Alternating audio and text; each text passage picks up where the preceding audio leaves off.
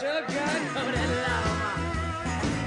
Yeah, sugar-coated love. He's a real good baby. I tell me, maybe he's mine. Well, I don't have to worry about money, and I don't have to worry about clothes, and I don't have to worry about anything, 'cause he's my baby and goodness knows he's got sugar-coated love. Yeah, sugar-coated loving. He's a real good baby. I tell me, baby, he's mine.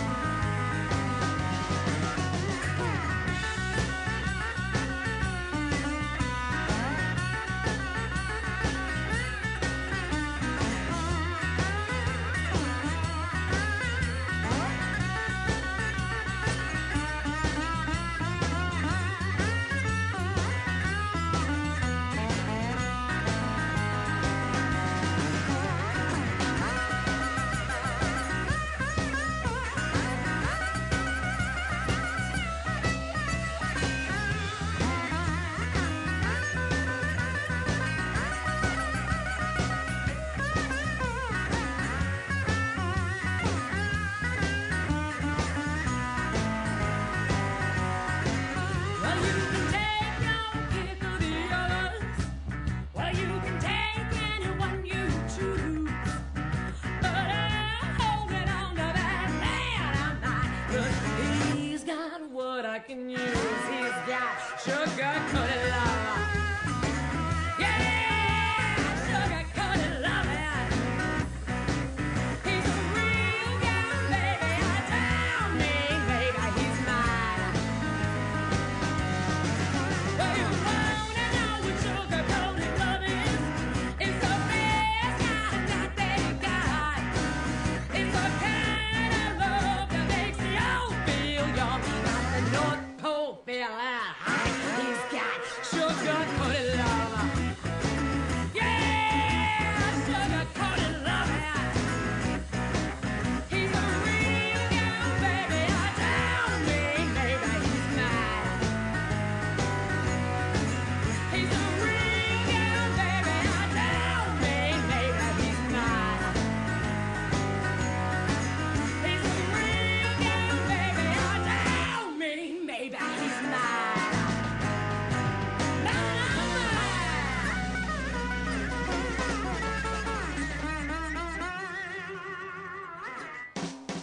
New York, New York, a wonderful town. The Bronx is up and the Battery's down. The people ride in a hole in the ground. New York, New York, it's a wonderful town. And now, it's time for Talkin' New York Sports with Billy C. and Brooklyn Mike, part of the BillyCBoxing.com network of programming. And here's your hosts, Billy C. and Brooklyn Mike. And we're coming to you live from the Billy C studio in Lake George, New York. I'm Bill Calogero, and joining me is my main man, Brooklyn Mike. What's up, Brooklyn Mike? Good morning, buddy. How are you today? Oh, I'm doing great, man, as we kick off our first Talkin' New York Sports with Billy C and Brooklyn Mike. I'm excited about it. How about you? I am too. I appreciate the opportunity. As your listeners may know from your Talkin' Boxing show, I did this on in Charlotte on ESPN for a while, and after a while, I kind of moved on. And you called me up. You gave me the opportunity to do it with you, and I jumped on it. I was very excited about it. Yeah, well, let's take this this time to let the listeners know, who exactly we are. Like you said, most of the listeners that are tuning in right now are probably Talking Boxing with Billy C fans, and they know me from that. You've been on the show as a guest, and I've been on your show as a guest. And you, both of us, are big New York sports fans. And, well, why don't you tell these guys and gals a little about yourself? Well, I'm a Brooklyn-bred New Yorker, and I moved to Charlotte, North Carolina in 2008. And, once a New York fan, always a New York fan. And the way I got into radio, like Joe Beningo of the Fan, I was a caller. There was a show down in Charlotte called New York Sports. I became a caller, and from becoming a constant caller, I was asked to partner up and be part of the show, and I did it for about almost a year. And, after a year, I kind of, we separated ways, and I moved on and had the opportunity to do it with you, and I said, absolutely. Well, Brooklyn Mike also is involved in the TV business, too. As a matter of fact, a lot of you guys can remember, I got a million emails when people happen to have noticed the BillyCBoxing.com banner in a Law & Order episode, and that's thanks to my man Brooklyn Mike, right? Yeah, that's right. I started actually in theater and television and film as an actor, performer, and also the art department. So I've done a lot of propping and set decorations. And we had an opportunity. There was a Law and Order Criminal Intent, and there was a couple of scenes that took place in a boxing gym. And I, of course, right away I thought of you. I said, you have to decorate the gym, obviously. And I said, what better way to help my friend Billy to promote his show than using one of your Billy C banners? So right away I told you about it. You FedExed me the banner and we put it up, and I specifically told my guys on set, I said, wherever this camera goes, make sure this banner is seen. And they did a great job because it was really predominantly seen in just about every scene that took place in that gym. So I was really happy about that. So was I. And we did get a lot of time. And they listened to you because there was some scenes where the banner was, very prominent. And one of the funny behind-the-scenes stories about that whole situation and something that, I loved, really, as it turned out. You had called me and said, "Hey, listen, Bill, we the banner was too new. I had it made up, right away. I mean, it was made up and overnighted to you to take advantage of the opportunity. And you said, it looked too new. It was sticking out. It was stealing the camera. So these guys took the banner in the makeup room and made it look old and weathered. And to this day, it's been the only place. I think it's only been up a couple other places, and it looks like it's 100 years old. That damn thing." Yeah, well, the thing was that the gym that we shot in was an older gym. So in the film business or television, you have to what they call age your dressing. So our painters, our scenics, when they saw the banner, it was pristine, and it just didn't fit the decor.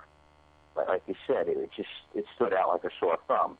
So the scenics took the banner down. They put on some aging, which actually comes off right away with little Windex, and it just fit. They made it look like it was there for, like you said, 100 years. So they did a heck of a job, and it's just funny how now you say that, I laughed about it. Wait a second, the banner was brand new. I said, don't worry about it, Billy. It says you could just take it off a little Windex, it'll be fine. But it looked great in the scene, and like you said, you got a lot of phone calls. Like, did I see the Billy C banner in an episode of Criminal Intent? And you're like, yeah, that's it. It was the very next morning, and it had aired. And you know me with the boxing show, I'm in my feety pajamas by 7:00 at night, and it had aired that night. And when I got up to prepare for the show, I already had emails in the box, so it was great stuff. But awesome.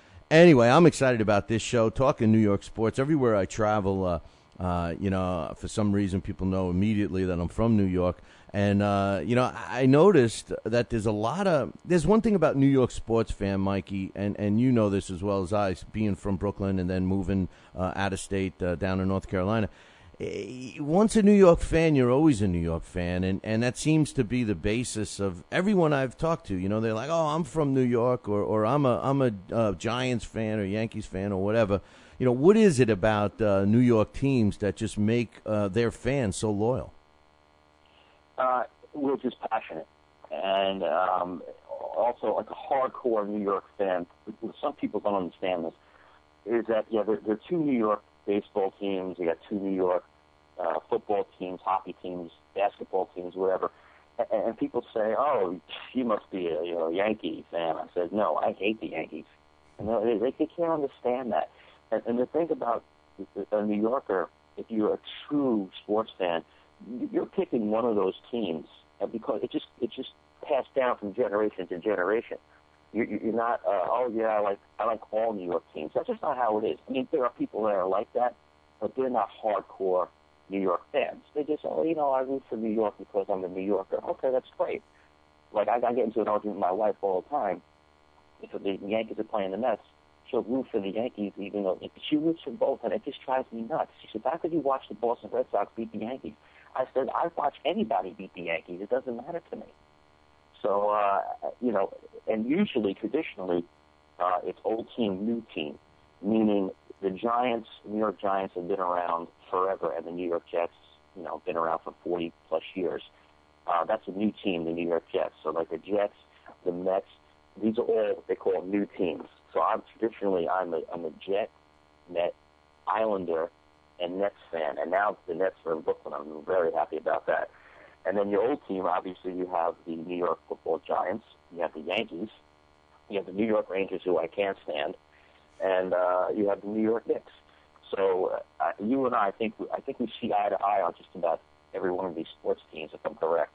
Yeah, you are, and I'll take it a little deeper. What it is you're 100% right. I mean, old guys like me, you can't like both of the teams. You just can't, from any of the sports. And the reason I always thought, to tell you the truth, was, I'm from Long Island. You're from Brooklyn. Most of the people that were from Bronx or from Brooklyn or Manhattan, they had a tendency to be, the Yankees, the Giants, the Ranger fans, the Knicks fans, and the Long Island fans, because the teams, those other teams, those younger teams, as you put it, were all in Long Island. So that's the way I always took it. But today, you're 100% correct. The younger generations, they're like, I'm a New York fan. I like both teams. It's like, how can you do that? I mean, the Giants, the New York Giants were in the Super Bowl last year. And, my two worst teams, as being a fan, a regular old fan, my two worst teams were playing in that Super Bowl, being the New York Giants and the New England Patriots. So it's tough. It's tough, and that's for sure. I could never not be a New York sports team fan. I just, no matter where I live, I just know that I couldn't. I mean, I would, support a local team, but my first teams would always be from New York. No, absolutely. I mean, I support the Panthers. I go to Panther games when I'm obviously in North Carolina, and I enjoy just going to football games. Last year I went to the Panther-Miami game. Obviously, I'm rooting for the Panthers because Miami's in the Jets division. But, it's funny, we're getting back to, how it gets passed down from generations. My father was a Brooklyn Dodger fan. And 56 or whatever, 57, when they left to go to Los Angeles, he still followed them. But, back then it was harder to follow somebody because you didn't have the media that you do now. With the DirecTV and baseball packages and the internet, you could watch any game anywhere, anytime. But he somehow he managed, through the newspapers or whatever, to follow the Los Angeles Dodgers. And so I kind of, followed the Dodgers as well, and, became a National League fan. Of course, my dad always followed them. But when the Mets came in 62, he became a New York Mets fan. Obviously, some people say, well, why not? You didn't root for the Yankees. Why not the Giants? Well, the Giants were probably a bigger rival to the Dodgers than the Yankees. The only time the Yankees met the Dodgers were in the World Series, where the Giants met them. How many games out of the regular season? And to this day, if I mention the name Bobby Thompson to my father, he turns red. Right. People don't understand, and I'm pretty sure about this, but the Mets logo, isn't that a combination of the New York Giants baseball team and the Brooklyn Dodger baseball team? Didn't they kind of combine those two to come up with the Mets logo? The what's on their hats? Exactly. The blue is Dodger blue, and if you see the logo, the New York logo, it's the New York. Back then the New York Giants. It's the orange. So yeah, they combined the two, and lo and behold, they are the only National League representative in New York. So that's exactly what they did. Well, let's get in. People don't know Mets mean metropolitans. Right. That's how they got the name the Mets. So people don't know that. So. Right. Well, it's hard to say that, like the Knickerbockers, right? The New York Knickerbockers or the Knicks. Shorten it. And the New York Jets, they were just the Jets. But anyway, let's talk a little about some basketball. I know that, speaking of the Knickerbockers, I know they got a couple of things going on in the news right now. One thing was they dealt Marcus Camby, the Rockets dealt Marcus Camby back to the Knicks. What do you think about that? Well, they need some help for Tyson Chandler. Obviously, yes, Marcus played here for about 5 or 6 years. He's happy to come back from what I heard. He's a New Yorker. His family's still here, so he gets to play in front of his family again. He's 38 years old. They need him basically more for his defense. Obviously, they need some size in the middle. So I think it's a good thing. It's not a long-term thing because of his age. I think he signed a 3-year contract maybe. So it's definitely good. I'm also kind of excited that again, because of his age, but Jason Kidd is now part of the New York Knicks. And as we know, last night, Jeremy Lin signed a contract with an offer sheet, I should say, with the Houston Rockets for 3 years, $25 million. Now, the Knicks have said all along that they're going to match whatever Houston, offers Jeremy Lin. The problem there is that what they have to figure out is that the way his new contract is structured, it's $5 million for this coming season, $5 million for the second season, and then 14 point whatever for the third season, which is going to be a huge hit against the Knicks cap. So somehow they're going to have to work that out. But they said no matter what Houston does, they're going to match it. I see Jeremy Lin as the starting point guard for us. And then Jason Kidd as, what he's going to do, he's going to learn a lot from Jason Kidd. Jeremy, let's keep in mind, people who don't realize, he's only played 25, he played 35 games. He started 25 games. He has no playoff experience whatsoever. He averaged 14 plus points. But his turnover ratio was very high, and that's something that I'm sure that Jason's going to work on with him. But with the two acquisitions of Camby and Kidd, it's definitely going to help the New York Knicks this coming season. You make an interesting point about Jeremy Lin because I think I'm more of a Nets fan. So when I saw that Jason Kidd wanted to come back to either the Nets or the Knicks, my first reaction was come on, is he still is he collecting Social Security yet? I mean, this guy's been around forever. And then the more you and I talked off the air about his role, especially with Jeremy Lin, this is a great mentor to bring in for Lin. And one thing that I think that Jason Kidd will bring is he controls the offense a lot better than most.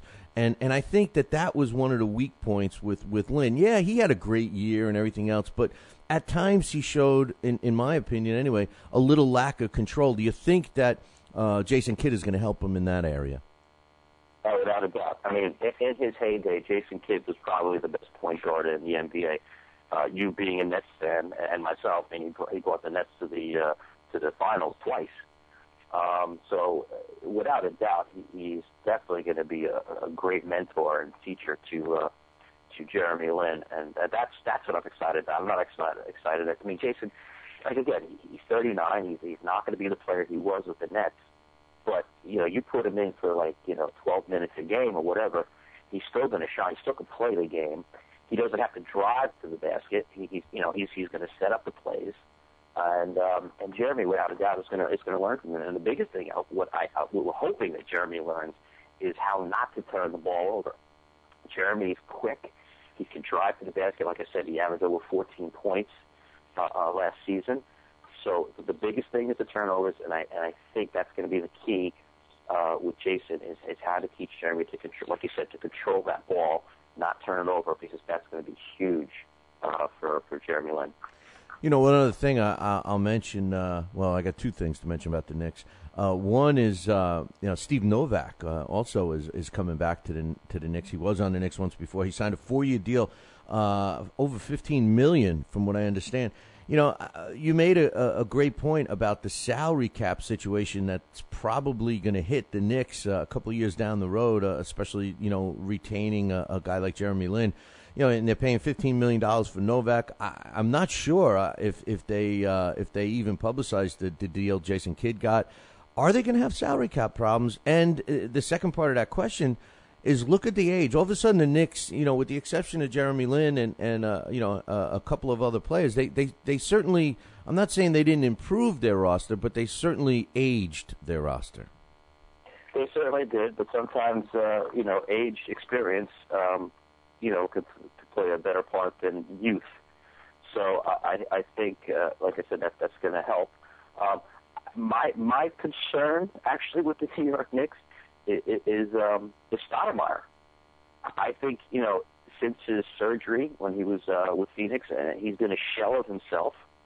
He hasn't, played up to his contract, in my eyes. He's got a contract of $100 million plus that no one's going to touch. And he's just not a good fit with Anthony. They just do not play well together. Matter of fact, there was a poll recently.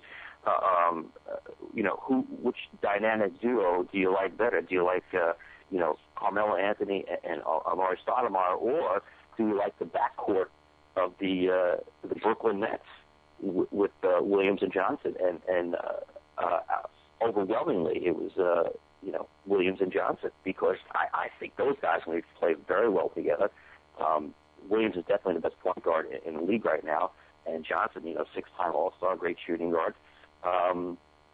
So, like I said, I think the biggest problem with the Knicks is really Stoudemire, and I really hope somehow, and I can't see it, to be honest with you, but I'm praying that they get able to dump this guy, and because he's just not going to help this team. The Nets. One other thing I wanted to. The Knicks. One other thing I wanted to mention about the Knicks. I like Carmelo Anthony. He's always been one of my favorites. I wish he went to the Nets, but he'll be a solid player like he always was. I know last year he was hampered a little bit by injuries, but I think he's gonna be okay. One last thing I want to talk about with the Knicks. It's kind of a connection to the Knicks.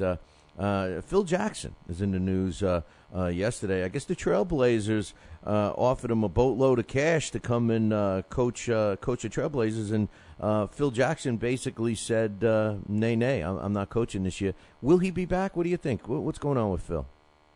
I recently saw an interview with him, and right now he's kind of just chilling in his ranch in Montana, and I think with Phil Jackson, it has to be the right situation, the right team that he feels at least he could bring to a title game. I don't think he's going to take a team on that's just, has no shot. Or, he's at that age where he's not going to take a team that he has to build and work, 3 or 4 years to get to that point. He wants to take a team that he could, it's going to take him a year, maybe 2 at the most to the finals. So, right now, look, the man, he's still coming off a knee surgery. He's still hobbling around. I think he's going to take this whole year off and then decide, if I'm going to come back. They asked him point blank, are you too old? And he's like, no, not at all. Not at all. So I think it's just going to have to be the right situation. Look, this guy can just pick and choose, write his own check. He's Phil Jackson. He's got, 9 titles between Chicago and Los Angeles, or 10 titles. So, he has the run of the litter, so to speak. He can just pick whoever he wants. So I think it has to be an ideal situation for him. But I do think he will come back eventually, but not this year. I think that the team has a lot to do with it, too. I agree with everything you said in terms of, the team being, at the right place in terms of just needing to be tweaked a little bit and what have you. But in addition to that, this is a guy that craves and just, flourishes in a high-profile team where a lot of other coaches don't do as well. I don't know if I could see him matched up with a Trailblazer team, to be honest with you. He's New York, Los Angeles, something like that, Chicago. Trailblazers? It just doesn't match. The only thing I could see would be for his own ego, just to show that he can take a smaller market team and do something with it. I mean, that's just my thought process.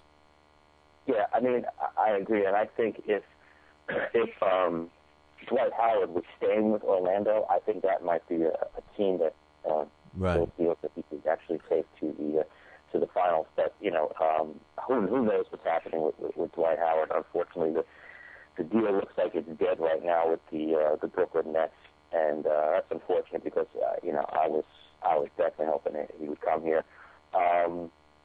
Houston's courting him right now. He could stay in Orlando. You just shake your head at Dwight Howard because he caused this. He could have just opted out and just say, all right, I want to go here, and I'm there. But he decided not to do that, and now he's still under contract with Orlando, and they have to find the right trade because they're not just going to give him away for nothing. Well, they got to rebuild from the top to bottom with that organization, though. At this point, the Magic. I mean, it doesn't make sense that he's going to stick around unless they build around him. Right, and they're not going to do that because he said he doesn't want to be there. First he said, "Yeah, I want to be here. I'm a loyal guy, Orlando, blah blah blah," and then he says, "I want to go to the Brooklyn Nets."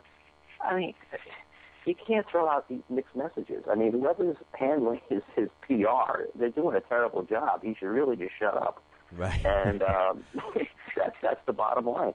And even if he plays this year for Orlando, I mean, do you really think his heart's going to be in it?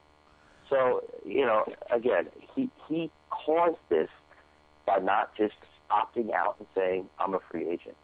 And that's what he should have done. And he could have went anywhere he wanted without a problem. But now people have to mix and match and get the right trade.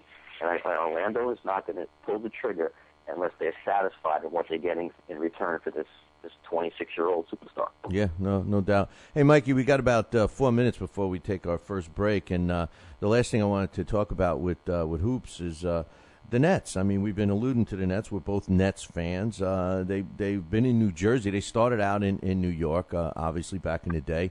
They moved to New Jersey.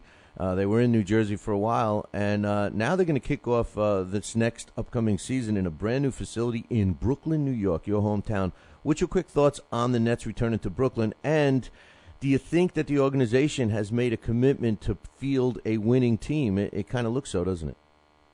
Oh, there's no doubt. I mean, they got Williams. Everything was contingent on Deron Williams, and they got him. They got Johnson now. They signed Brooks Lopez to a contract. They're working on Humphrey's deal. They got Gerald Wallace. I mean, this is definitely an improved team without a doubt. It would have been better with Dwight Howard, yeah, absolutely. But I think the owner is definitely committed to putting a good product into that arena, which, incidentally, when I was in New York in February, I drive past it every day down Flatbush Avenue. So I'm excited about it, and I can't wait when I do go back to New York. I'm definitely going to catch a couple of games there. But, yeah, I think this team is definitely committed to putting a good team on the court. And right now, this might be the team in New York. I think they could be better than the Knicks. You know what? It's funny you say that because what I was just going to say was that, nothing for nothing, even though they didn't finish too well last year, they did put on a competitive team. They had a competitive team that they fielded every game and virtually with nobodies. I mean, I think that the owner got that message across that regardless of who's suited up, you better be out there playing your hardest.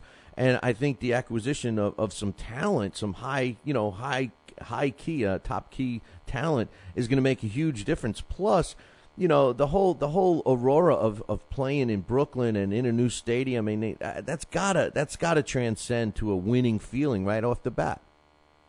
Oh, no doubt. Anytime there's a new environment, just like in baseball, when like a person is struggling with one team because he doesn't want to be there, and he goes to another team, just like Euclid just now with Boston to the Chicago White Sox, they flourish. So this is a new setting, new surroundings. They're very excited about it. Going back to what I said about Lopez, some people are saying that he's probably one of the top 5 centers in basketball. He's only going to get better. He's only 24 years old, so give him some time. So yeah, I like I said, I'm very excited about this, and I think that they're actually going to be better than the Knicks this year, no doubt. Well, I'm certainly going to be hoping so. But anyway, let's. It's time to take a break, and when we come back, how about talking about a little baseball? Want to talk about some baseball? Can't wait. All right, man. We're going to take a break. We'll be back. I'm going to predict in about 2 minutes. Join us here for 2 hours as Billy and the gang do what they do best. Every time I start talking about boxing, a white man got to pull Rocky Marciano out their ass. Rocky Marciano was good, but compared to Joe Louis, Rocky Marciano ain't. Hit Joe Lewis's ass. Joe Louis was 75 years old when he fought. What? We're supposed to be talking boxing. It's Talkin' Boxing with Billy C. The London Games are right around the corner, and American athletes are vying for a spot. That's next on Sports Shorts with me, the Sports Princess. Want to put some wild into your weekend? Come to the all-new Mesquite Pro Rodeo. Corral seats start at just $12, and kids are always half price. Get your tickets at Kroger and save $5. This weekend, meet the rodeo legends. Tractor Supply sponsors the Neil Gay Cowboy Reunion. The city ends and the Wild West begins at cool air-conditioned Mesquite Arena, I-635 and Exit 4, 7:30 Friday and Saturday. Mesquite is the official rodeo capital of Texas. One of my favorite gymnasts is Gabby Douglas. She won the trials by nailing her favorite event, the uneven bars. Former Olympian Nastia Liukin fell just short. This entire team is pegged to win gold. Michael Phelps won 3 of 4 events in the pool. 2 40-somethings, Janet Evans and Dara Torres, didn't make the cut, retiring after the trials. Allison Felix ran the 6th fastest 200 meters of all time. She won the trials in 21.69 seconds. She'll be joined by Carmelita Jeter and Sanya Richards-Ross, who also qualified in track and field. Team USA in basketball is loaded. Training camp starts this week in Vegas. Thunder guard Russell Westbrook leads the team, with Dwayne Wade out with an injury. So that leaves 17 players competing for 12 spots. From volleyball to tennis and everything in between, it should be another strong Olympics for Team USA. I'm the Sports Princess with Sports Shorts.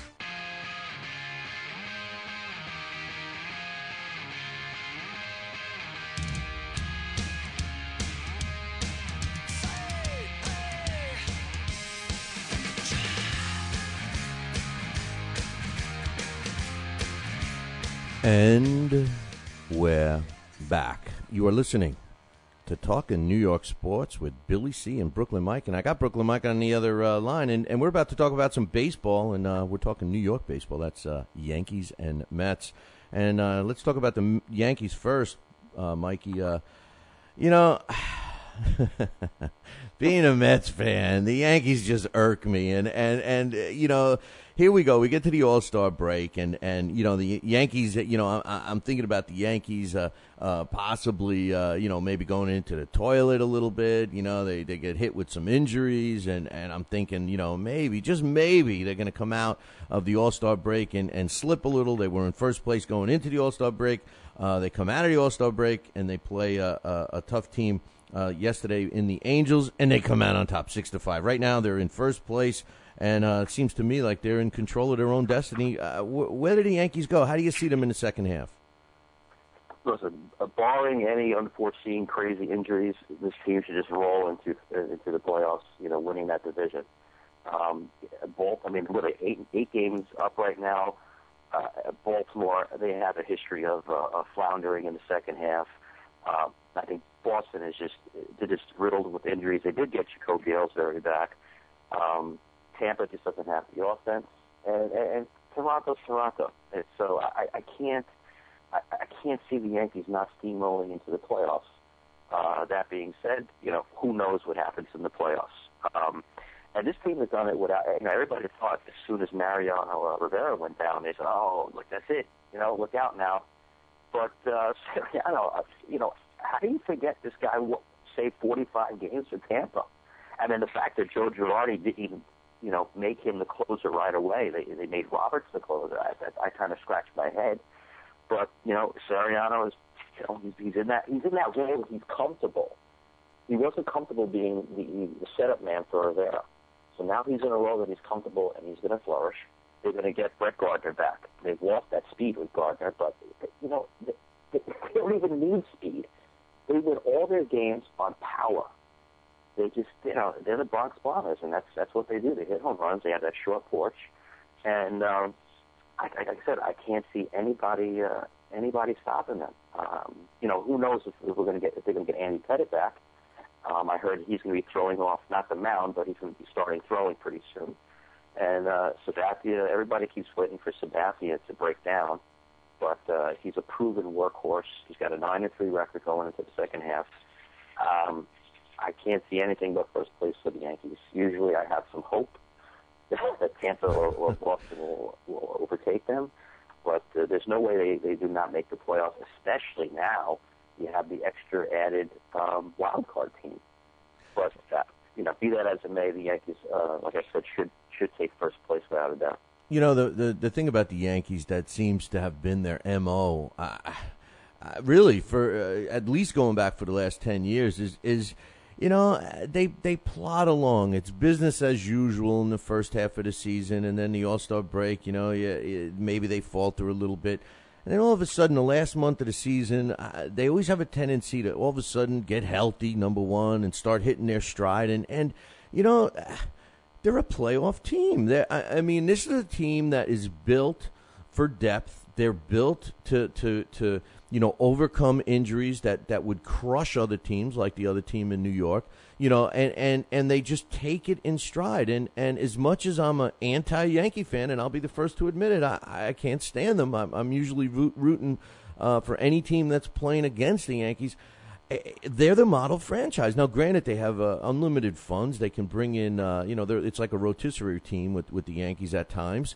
But you got to give them credit. And the cornerstones of that team are solid. And with the guys like Jeter that come to play every single day, they never talk. They never make headlines in the news in a negative manner.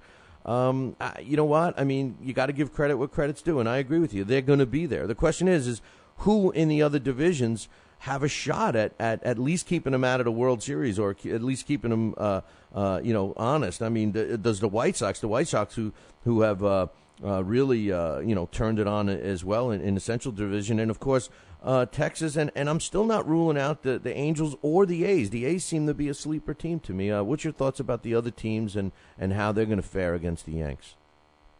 Without a doubt, all those teams that you mentioned, Texas is the closest to the Yankees as far as their power and how they emulate the Yankees. Obviously, you could never rule out the Angels. They beat the Angels last night. Teixeira had that 3-run homer, and it's just Oakland. I'm not too sure about as far as a sleeper team. I think. The best team out there right now to beat the Yankees is going to be Texas. All teams, though, Billy, once you get into the playoffs, it's a whole new game. Right. It doesn't matter what you really do in the regular season.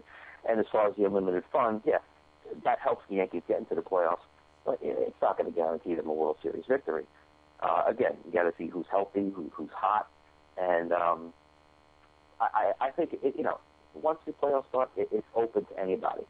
And a team that is not expected to beat the Yankees could end up beating them. Unless, of course, that team is the Twins, who always lose to the Yankees, but the Twins aren't even in the hunt this year. But it could be anybody's game. But I think it's going to come down to Texas and New York, to be honest with you.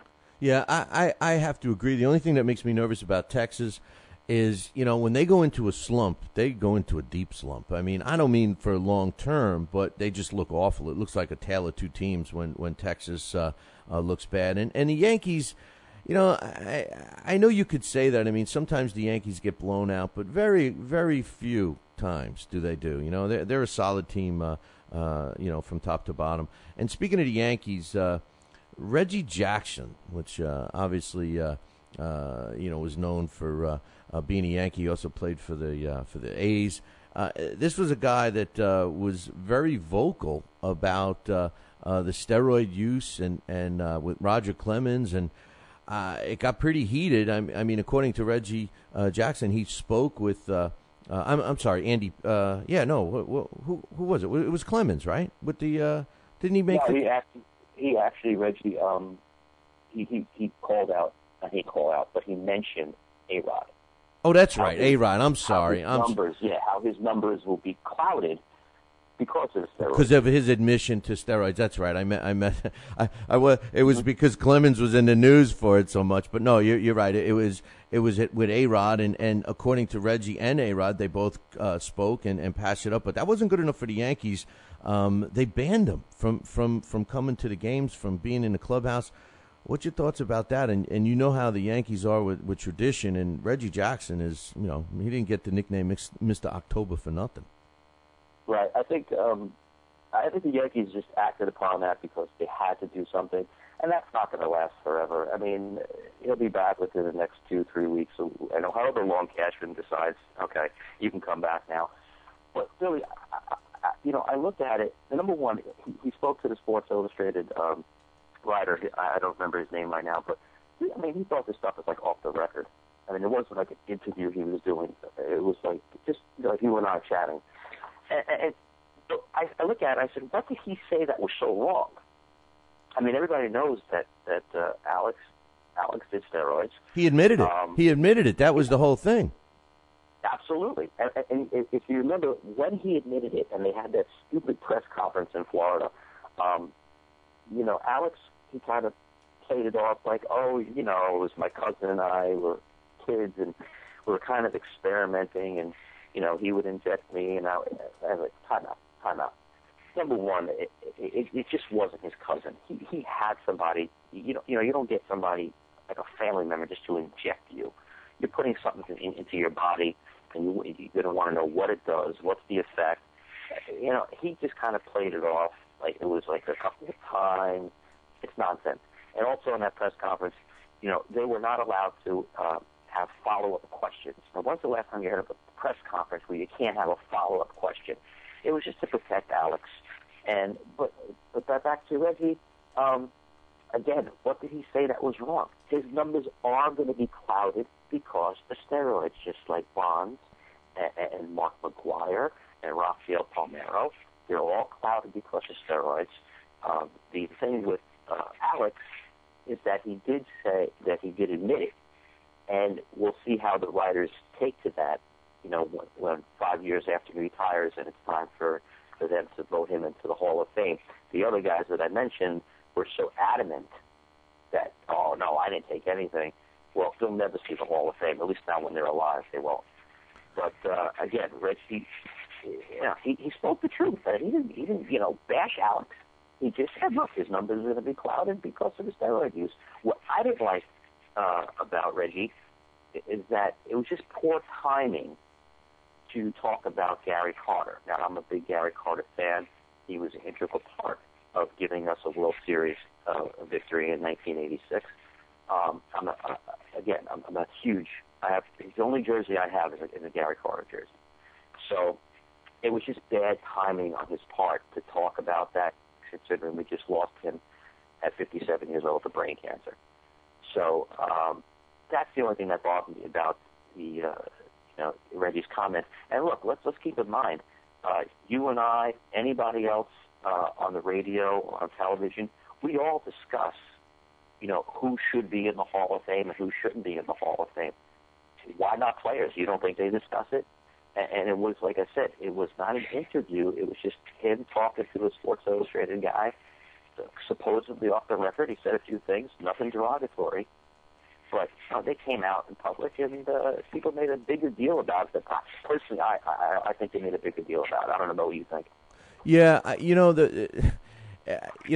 have the BillyCBoxing Hall of Fame, and the fighters that were elected in the first year really showed me something. I learned something about what you just said, and their feelings towards other, in this case boxers, and in Reggie Jackson's case baseball players that are in the Hall of Fames, and it's a matter of pride. They don't want to be in a Hall of Fame where they feel that there's a guy in the Hall of Fame next to them that doesn't meet the criteria, so to speak, or is not as that good. With that said, I agree with you about the timing. There's no question about it, and there wasn't. It would be hard to find or let me rephrase it. Gary Carter is in the tops of the most beloved Mets that were on that team throughout the history of the franchise. And with that said, I know a lot of people loved him, and I agree about the timing and everything, but I'm not so sure I disagree with Reggie Jackson and Gary Carter being in the Hall of Fame, to be honest with you. I mean, I know the Hall of Fame in baseball is more of a numbers game. You reach a certain plateau, you hit a certain amount of home runs, you pitch a certain amount of games or win a certain amount of games, you're in. It's a lock when you get to those numbers, and they don't take into consideration how long it took you to get there. That's why I think A-Rod will get into the Hall of Fame when his time comes, because this guy will have played it's so long, and even if you scratch out the statistics from the times where he admitted using steroids, he's still going to have the numbers. So, I agree with you about bad timing for Reggie, but I'm not so sure I disagree with Reggie about Gary Carter. And don't get me wrong, I love Gary Carter. I thought that, he was great for the Mets. Well, Gary, his numbers are, I think they're okay. He was never one to hit for average. His lifetime average is 262. Clutch, though. Right? He did have over 300 home runs. I think, don't forget, defense, people, we don't always think about defense when it comes to Hall of Fame. And he was one of the best defensive catchers. He was definitely a leader. And he took an Expo team to the playoffs, and he was the final link to take the Mets to the playoffs, and not only the playoffs, but to win the World Series. So, yeah, can you argue it? Yeah, absolutely.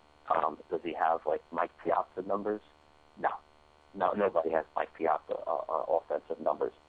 But is he comparable with, Carlton Fisk? Yeah, he is. And Carlton Fisk is in the Hall of Fame. And getting back to what you said about A-Rod and his numbers, well, if that's true, then how come Barry Bonds is not in the Hall of Fame? Before he started doing this, and we all know when he started doing the steroids, when he turned 36, 37 years old. His head blew up. His numbers were off the charts.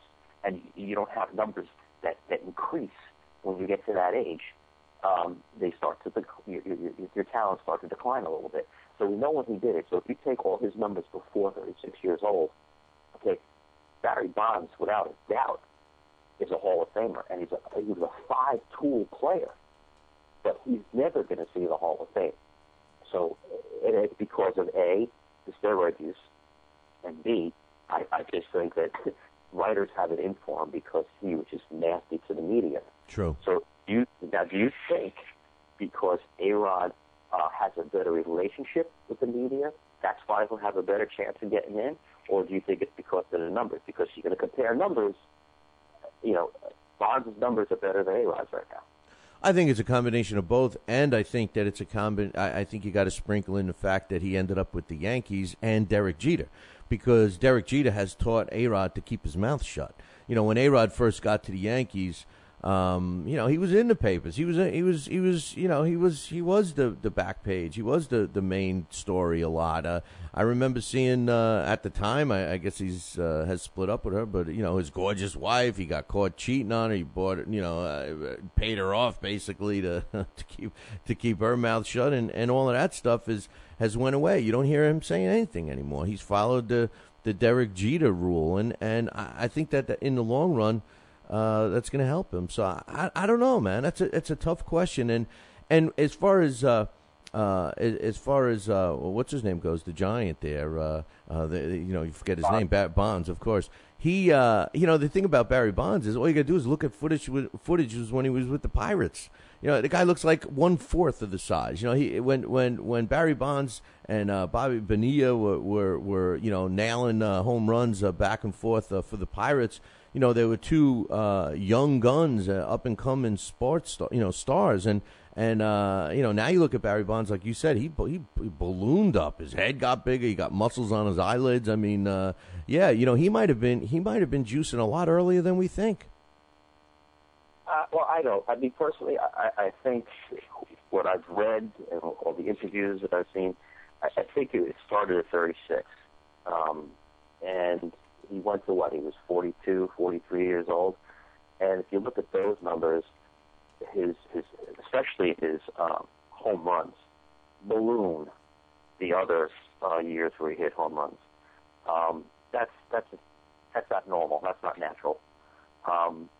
But getting back to what you said about A-Rod, I think because now he's, like you said, he's learned to keep his mouth shut. He's followed the Derek Jeter way, keep out of trouble, keep your mouth shut. I think that's going to help him. I think he will definitely have I don't know if they're going to put him in on the first ballot, but he's definitely going to have a better percentage than when Barry Bonds he comes up for his Hall of Fame, which I think is the same year. It's next year with Roger Clemens and Sammy Sosa, another name. Remember Sammy Sosa at the congressional hearing? Here's a guy that spoke English. I love that. And then all of a sudden, it's great. It's comical. Yeah, it is. And then all of a sudden they turn, so Mr. Sosa, tell us, have you ever done steroids?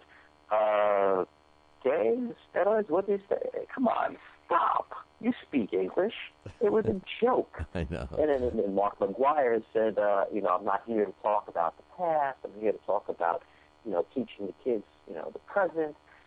All these, and then of course Rafael Palmeiro wagging his finger. I did not use steroids, and 3 weeks later, his name comes down on the list. I know, it's and a joke. The Palmeiro was even worse because you talk about look at stats. Here's a guy that I don't know if he was hitting 20 home runs or whatever on an average, and then bam, he jumps up to mid-30s. It was so obvious with Palmeiro. It was comical. Hey, listen, there's nothing more comical than my boy Bobby Valentine when he got tossed out of that game and he comes back. To this day, I don't know if he really was just trying to be funny or if he was trying to really pull the wool over the eyes. When he came back, remember with the Groucho Marx mustache and glasses, exactly. He turns his shirt up inside out, puts a hat on back. He looked like he was a comedy guy. And he was chastised for that from Major League Baseball. But I don't know. To me, that was one of the funniest things that I saw, on a live game anyway. Yeah, I think it was comical. I think he did it just for that reason. He's a ball buster. There's no doubt about it. And he never had a good relationship with umpires. So, yeah, that was... Now that you've mentioned that was very funny with the Groucho Marx nose and the funny glasses. I know. And jumping out of New York here for a second. We're going to stay with the link anyway with Bobby V. He's obviously taking on the manager's job in Boston, and a lot of people were ready to fire him. I was reading some stuff. I'm in upstate New York, and we get a lot of stuff on the Red Sox, and I'm surrounded by a lot of Red Sox fans, and they were ready to hang him, but it seems like the Red Sox are kind of doing a little better. They're 9.5 games out of first place right now. Do they have a shot at squeaking in at a wild card? Listen. Let's face it. It's only at the half season mark. 10 games out. Catching the Yankees might be tough, but what about a wild card? They might have a shot at the wild card if people start to get healthy. Like I said, Ellsbury has just come back. The pitching has been inconsistent, even with the guys that have been healthy. That's a problem, and also Matt Suzaki's been out as well. So. Anything's possible. I personally, I like Bobby Valentine as a manager, and I think they will improve in the second half. Do they have a shot? They have a shot in second place, but that doesn't necessarily mean they're going to get a wild card because of the other teams that we mentioned before. Chicago, Detroit, the Rangers and Angels are going to be fighting for a position. So it's going to be tough. The only, like I said, they could get second place, but I think, it's going to be between them and Tampa. And that doesn't necessarily mean that a second place finish is going to give them a wild card. Well, we'll have to see. I was kind of pulling for Bobby. I thought that he would help the Red Sox, but it's funny. The two teams in Major League Baseball that the media, between the sports writers and their fans, just refuse to give up hope, which I give them credit for, are the Boston Red Sox in the AL and the Philadelphia Phillies in the NL. You know, you talk to, you know, Joe Santoliquido's a Philly guy, and you know he's on our show on Wednesdays, and he's always mentioning how, you know, the sports writers and the fans in Philly still have this illusion that the Phillies are going to, you know, take the NL East, and the Red Sox fans and media, you know, they still write like the Red Sox are, you know, in control of their own destiny. What's up with that? Well, I think because, you know, the first half of the season they were out without Chase Utley and Ryan Howard. I think having those guys back and having those guys healthy, they're going to make some kind of a run, but have the hole they dug is just too deep. And their pitching, again, it's back to pitching. It's just been inconsistent. Cliff Lee and Roy Halladay were 5-10. And like a 3.98 ERA between the two of them. So it's not numbers that you're used to seeing from these guys. Matter of fact, Cliff Lee didn't get his first win until, 2 weeks ago, and it was against the Mets. So I think they're going to make a run, you know, because those guys are back, meaning Ryan Howard and Chase Utley. But their hole is really deep. And if they don't make it to a playoff spot, what they will do is cause problems for teams like the New York Jets because they are a healthier team now. So if they're not going to get in, they will cause other teams problems in the second half of the season. You know, speaking of the Mets, and we were talking about Reggie Jackson and, you know, him in a little hot water.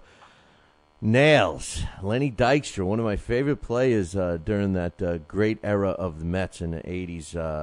He's been in some trouble. He's been doing some crazy stuff, and apparently it was in the news yesterday that he may be doing some time, like 20 years worth. What's your thoughts on Lenny Dykstra and his fall?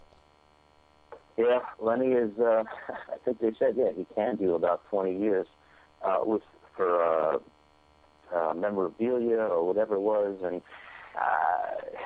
you got to feel for Lenny. I mean, he's a guy that not only, you know, financially, but physically, his body is breaking down because of his steroid use. It's a shame. You know, some of these guys just don't know how to manage money. You know, they make that big paycheck, and they think it's going to last forever, and it doesn't. And, you know, he pleads guilty to bankruptcy fraud, and it's a sad thing to see. You know, I mean, because how about the Mets fans watching him in '86? He was a big part of that team, and he just loved the way he played. And that, obviously, it was before he started taking steroids. He did that when he was with Philadelphia. So, you know, I liked Lenny when he was with the Mets, and you got to feel for the guy because he does his own great, man. No, I know. Him and Jeffries, I love that combo. And, you know, it's funny. Not only did they throw in all the fraud and everything else, they have to throw in that he's also charged with sending nude pictures of himself over Craigslist, too. So, I mean, he's made the complete gambit. Hey, listen, I want to talk more Mets, but I got a question for you. My man Tony Treem, who's part of the show, part of our boxing show, he's actually listening and supporting our show right now, talking New York sports with Billy C and Brooklyn Mike. He's in the chat room. He's got his question for us that we can ponder as we take a break. He wants to know, Bo Jack was a fighter, you know that, a former world champion, and he made his second home in New York, and he's got a question. How many times did Bo Jack fight in New York, predominantly in New York City? I was pretty close. He gave me the answer already, but give that one some thought, Mikey, and see if you can come up with a close answer when we come back. All right? Sounds good. All right, we're putting Brooklyn Mikey on the hot seat here, and we're going to come back in about 2. We'll be right back. If you're in upstate New York and you need a trucking company, then you need Rosselli Enterprises. Rosselli Enterprises is trucking at its finest. They have it all. Dump trucks, dump trailers, walk-in floors, flatbeds, flow boys, tankers, loaders, and a full line of roll-off containers for any job, big or small. Rosselli Enterprises is also the source for all your sand, gravel, and topsoil needs. Visit them on the web at RosselliTrucking.com or call 315-433-5115. That's 315-433-5115 and tell them Billy C sent you. Talkin Boxing with Billy C. now has official merchandise available on TalkinBoxing.com. T-shirts, sweatshirts, hoodies, and mugs. And yes, even undergarments. Talkin Boxing apparel is the perfect gift for the boxing fan in your life. Log on to www.talkinboxing.com. That's TalkinBoxing.com and place your order today.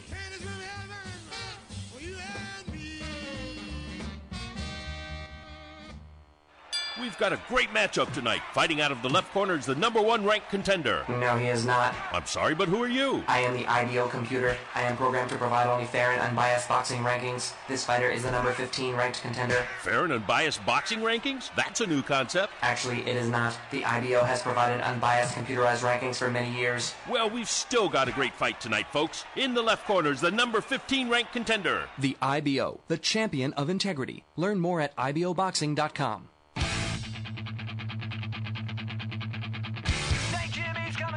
Across the alleyway, up on the boulevard like a zip gun on parade. Lights on the silhouette, he's in some buttonette, coming at you on the count of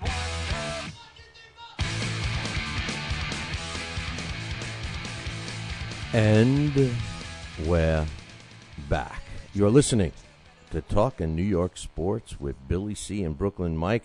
And before we went to break, I put Brooklyn Mikey on the hot seat and asked him a tough question. What do you think? How many times did Bojack fight in New York, Madison Square Garden? What do you think?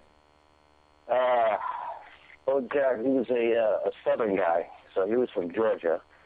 Not good. I'm going to throw it out. I'm just going to say a dozen. A dozen, yeah. I guessed 24 because I've read a lot of stuff on Bojack. I've seen some footage of his fights. A great fighter. New York loved him. He was like adopted. But Tony Treem, he got us. He got us both. It was 26 times. Bojack fought in Madison Square Garden 26 times, and a great fighter that was. So I want to thank Tony Treem for making Billy C. and Brooklyn Mike look bad. Hey, thanks, Tony. Maybe we should ban him from the sports. Ban him from the sports talk. Keep him in the boxing arena. But let's talk about the Mets, man. Let's talk about the Mets, our team, all right? And I just want to warn all the listeners. Now we could start, what we're going to do is we're going to start talking about our beloved teams right here. And things could get a little crazy. The Mets. I'm so frustrated with the Mets, and I'll tell you why, Mike. First of all, on one hand, I'm extremely happy because I didn't give them a chance in hell. I mean, I did not give this team... as a matter of fact, I gotta be honest when I tell you that I had a very hard time being even interested in watching the Mets when the season was about to start. Like when April came around and the baseball season started, I was hesitant to even put the Mets on. And as we saw in the first half, this is an exciting team. It's a young team. They're winning ball games. Their pitching has been okay. We've been hit with some injuries lately. We got possibly a young pitcher coming up from AAA that's going to replace Guy, who just was put onto the disabled list. My hang-up with the Mets right now isn't really with the team. I mean, yes, I don't think they have that much depth, or at least known depth, known players to make up the depth. But I think one of the problems with this team that seems to be the same problem with this team, regardless of who the GM is, regardless who the coach is or the manager, and regardless who the players are, this team has a tendency to choke. And a great example was last night's game against the Braves. They lost 7-5. They just can't finish a game. What's going on with that? Well, history has shown us that Mets do not play well in the second half. Last year, if you remember, let's start off by saying last year at this time, this exact time, July 13th, the Mets had 46 wins. This year, the Mets have 46 wins. So it's not like they're playing any better than last year or have a better record. The difference this year is that Philadelphia had 57 wins at this time, and they were playing out of their minds, and that's why the Mets were in third place, 11 games out. The only reason that we're talking well excited is that, last night's game is a loss to Atlanta. The Nationals won. They're 5.5 out, so they're closer. But the amount of wins have been the same.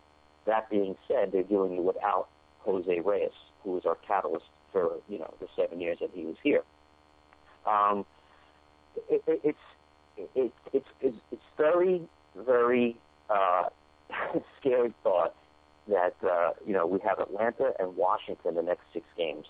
And we have to play well because it's going to affect what Sandy Alderson does as far as getting us help for the second half. If we start to flounder, like we usually do, he's not going to spend the money. We've already cut $55 million off our payroll from last year, so we do have some money. We needed to spend the money, but the Mets have to show him and continue to be this scrappy team that they are. They have to show him that we're not going to flounder like we have in the second half. That's why these next 6 games are very, very crucial to the New York Mets. I agree 100%, and I'm going to go a step further. These 2 series coming up, and they already lost the first game against the Braves. I think, and this was a question I've been dying to ask you, is really this our season?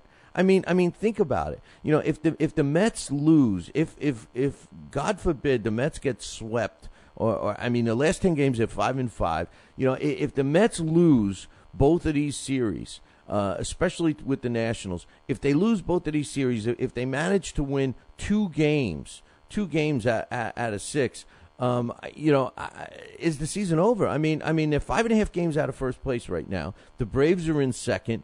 They could conceivably be 10 games out of first place, and the Nationals, who are just playing outrageous baseball right now, and with the Braves that are always playing good, do the Mets have a chance? If the Mets do not win both these series, do they still have a chance? Absolutely, and I'll tell you why. Okay, let's take the Nationals first. Yes, the Nationals, everybody thought the Nationals were going to be an improved team. Last year at this time, they were just behind the Mets in 4th place. You knew they were going to be an improved team. They got Bryce Harper, all the hype of Bryce Harper, how he played the game, young, 19 years old, great, whatever. What's going to help the Mets, which I can't wait till this happens, is Steven Strasburg is on a inning pitch limit, meaning once he reaches 160 innings, they're going to pull him. So if they're in a tight playoff race for either the division or the wild card, and Strasburg hits his 160-inning limit at the end of August, I want to see what Davey Johnson does. Because, how do you pull somebody, when you're in such a tight race? And they will be in that race. They can't pull him. They can't pull him, Mike. You're saying they can't, but this is what they're saying they're going to do. I agree. How can you? But they're afraid because of the surgery that he just came off of last year. They want to go easy on it. This is what I say, and I'm glad they didn't do it. If you were so concerned about, pitching him 160 innings, and you knew you were going to be an improved team, why didn't you start him in May instead of April? Because if you started him in May, you'd have him to the World Series if you reach that point. So, to me, it didn't make sense, and I'm glad they didn't do it. But if I was managing, if I was the GM, and I knew I'm going to put him on a 160-inning limit, I'd say, whoa, don't start him April 5th. Start him May 5th so we can have him for the playoffs.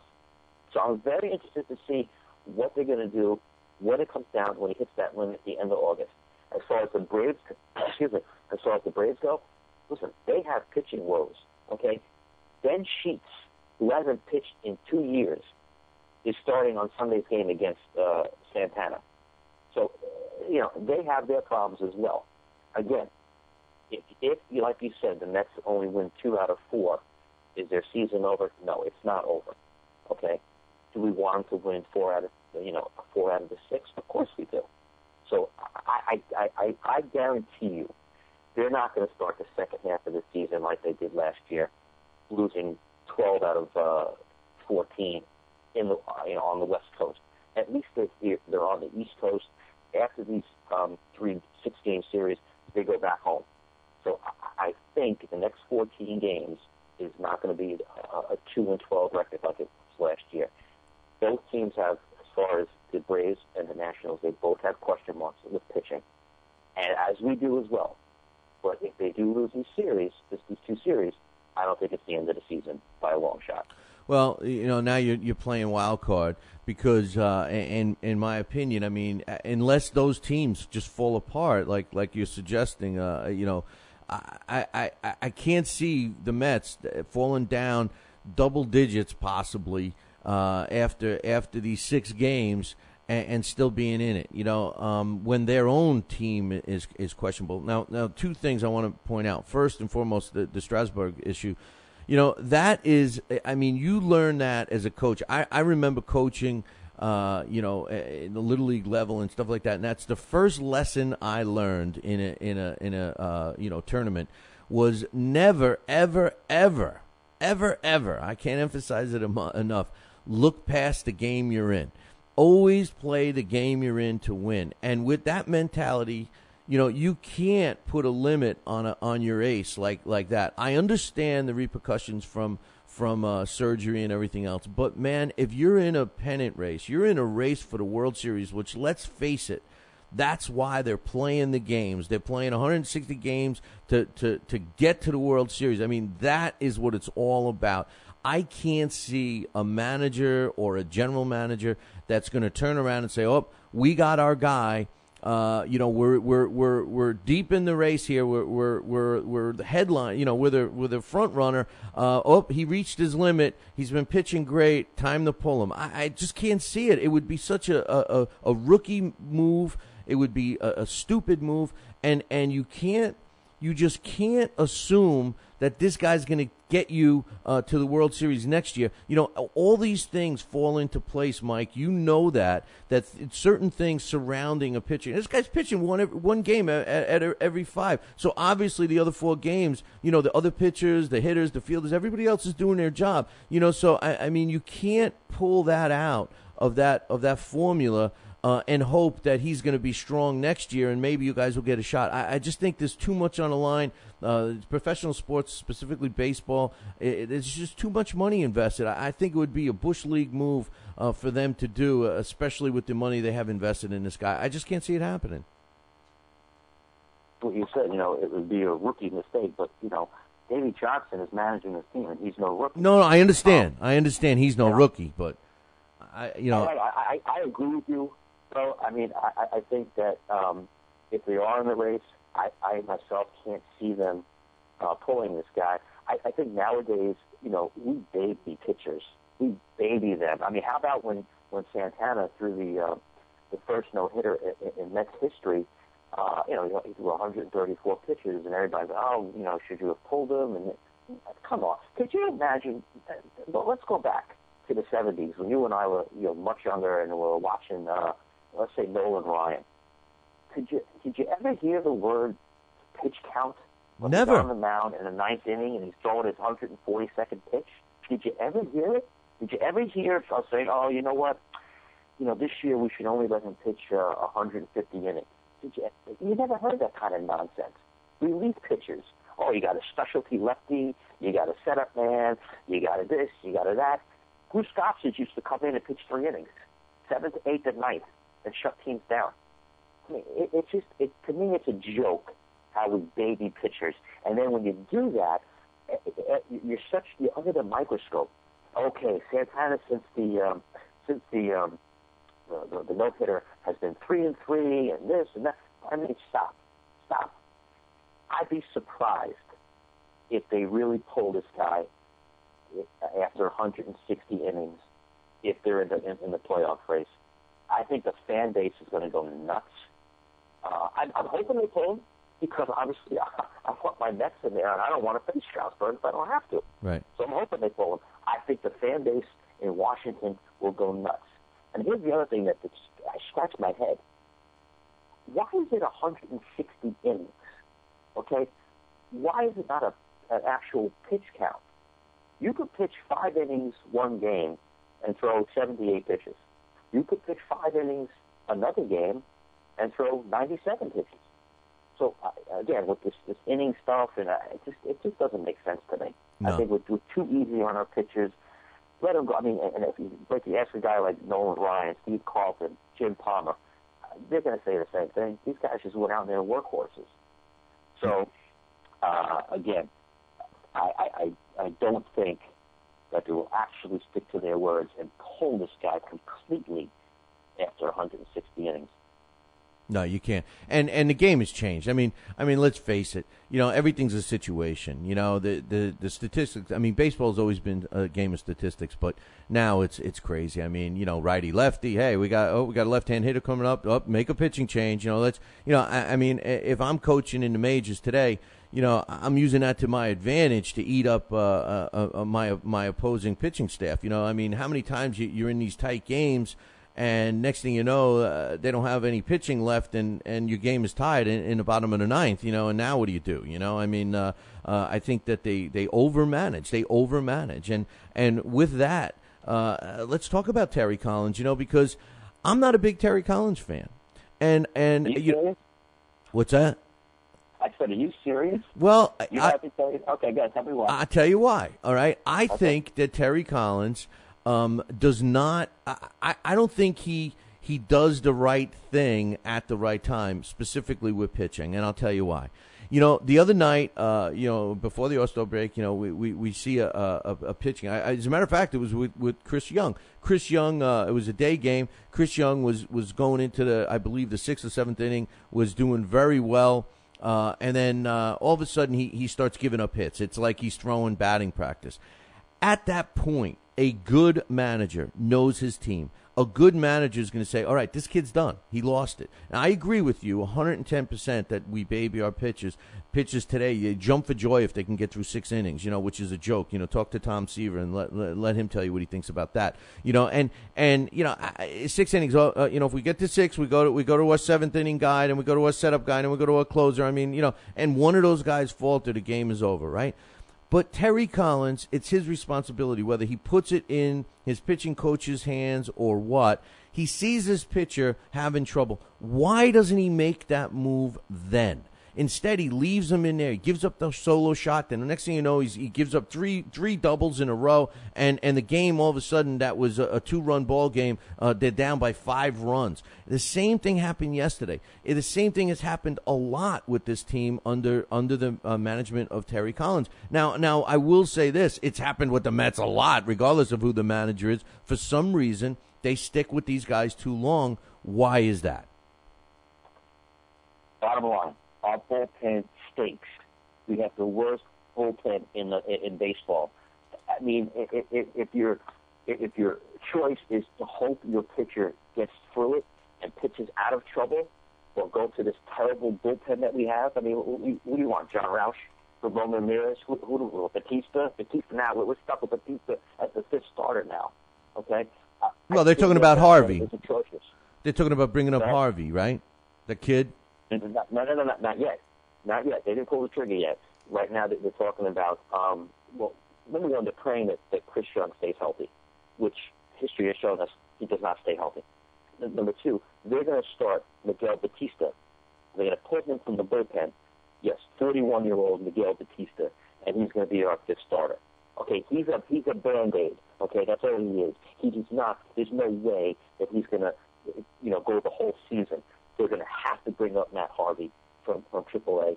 Either that, or they're going to have to go out and get us another arm to be our 5th starter. If they're feeling that Harvey is not ready, according to Wally Backman, he's ready.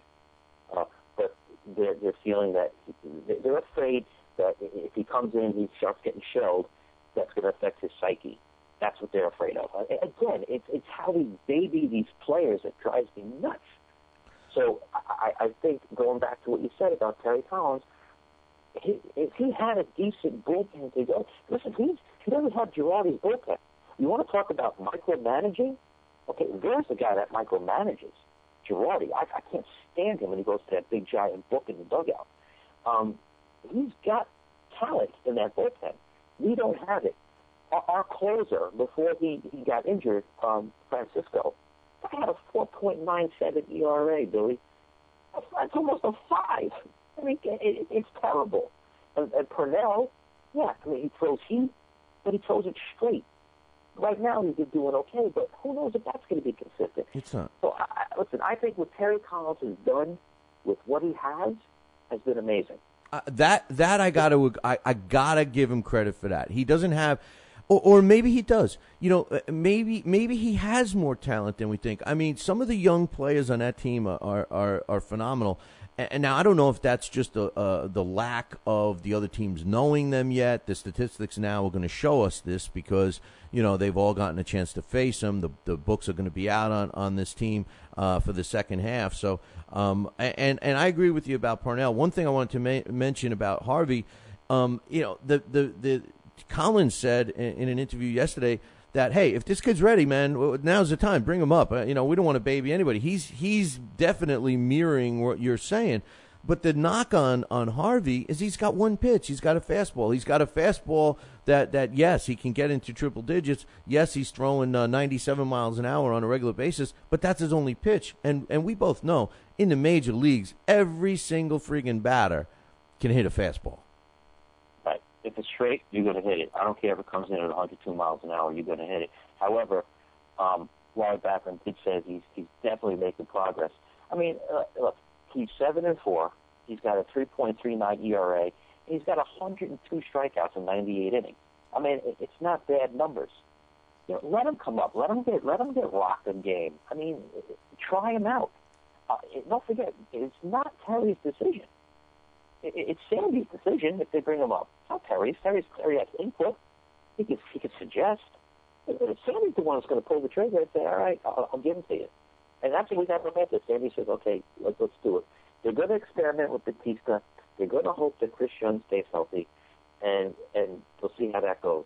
If it's not going well, you will see this guy up here, whether it's in July or August.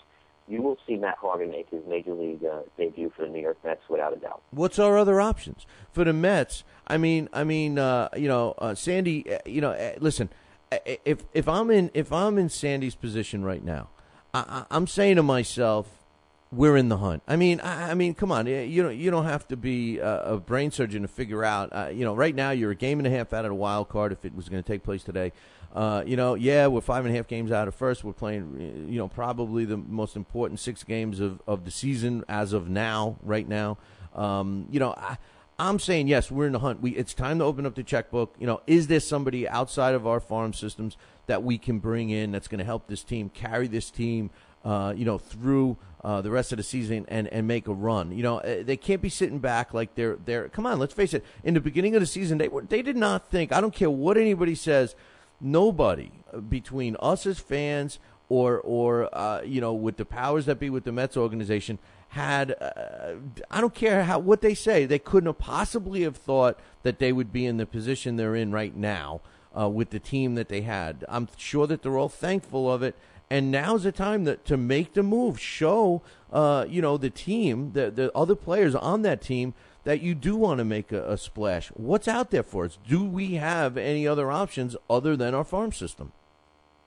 Yes, you do. As far as bullpen help, the guy on the radar right now is Houston Street with the Padres. The Padres are going to be looking to dump salary because they're just nowhere near the hunt for the playoffs. They're looking to dump salary. That could be an option. And they also need a right-handed bat, Billy. But let's face it, Jason Bay, even if he's 100% healthy, he's not going to flourish in New York. It's been proven. I mean, it's his 3rd year here. He's fragile. I mean, this is a guy who got his 2nd concussion. He's been out for weeks upon weeks. You know what makes me scratch my head? How does a football player get a concussion and come back and play the next week in a violent game? Jason Bay gets a concussion. He's out for months. Listen, he's a busted deal. Well, when will the Mets organization admit that Jason Bay was the worst deal they made in the last 10 years? They gave him all that money. He's done nothing. Well, how many, Mike, I'm sure you got the stats. How many home runs has he hit as a Met? Has it even totaled what he hit 1 year with the Red Sox? He hit his last year with the Red Sox. He hit 36 home runs. I don't have the numbers in front of me, but I can tell you right now he has 3,600 runs total as a Met. I know. It's a joke. Number one, let's face it. They all complain, meaning the Met players, at the outfield wall is too far. So what do? They moved it in 12 feet this year. Okay. He just can't play in New York, Billy. I mean, you know that. There are just certain guys that flourish and can play in New York. Obviously Derek Jeter, David Wright. There are guys that can play in New York, and some just come here and they wilt. Look at A.J. Burnett. Okay, A.J. Burnett, there's no doubt this guy's got good stuff. He comes to the Yankees, he stinks. He goes to Pittsburgh, he's got 10 games. He won 10 games already. Yeah. He's on his way to win 20 games. Some guys are just made not to play in New York, and Jason Bay is one of them. What I will give you is that he does hustle, he does try, but like I said, he's just not going to do it here, and the fan base is not going to give him any leeway. Every time that man comes up to bat and he strikes out, he grounds out, he hears boos like nobody hears boos. Okay? So we definitely need, besides the pitching, we definitely need a right-handed bat. Another guy on the radar is Carlos Quinton, who's a proven outfielder. He's with San Diego. Again, San Diego wants a dump salary. So those two guys are definitely on the Mets' radar. And again, like I referred to before, it depends on how well we start playing the next 2 weeks, because the next 2 weeks are going to determine whether Sandy Olson pulls the trigger and gets help, or if we don't play well, he's going to say then, he's going to say, why bother? That's, he's going to say what you say. He's like, oh, well, it's the second half. If they always play terrible the second half, they're showing me now they're not going to play, so I'm not pulling the trigger. But if this team is playing well and they're above 500, the next 2 weeks, and Sandy doesn't pull the trigger, the fan base will be really upset about that. Hey, Mike, you don't be putting the blame on me, all right? Point the finger at him. He's not supposed to sit back and say like me, oh, here they go again, same old Mets. He's supposed to show us that they're not the same old Mets. What happens, and it's the same thing with the Jets that we're going to be talking about in a little bit. What happens with these players that put on a Mets or Jets uniform that all of a sudden stink? And then the Mets, on the other hand, which has been traditional with this team, and listen, nobody loves the Mets more than me, and I could say the same thing about the Jets, because what has become a commonplace for both these organizations is that one of two things happen.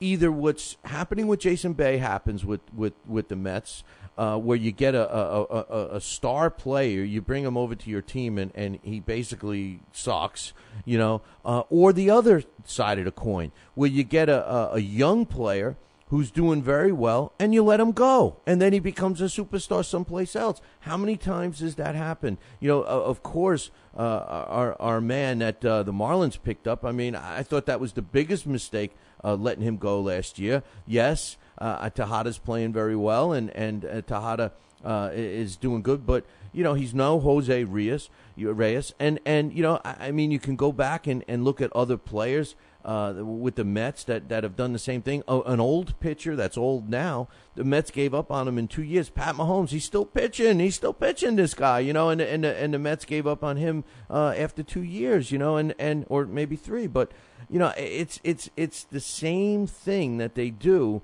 and the names change, the people in charge change.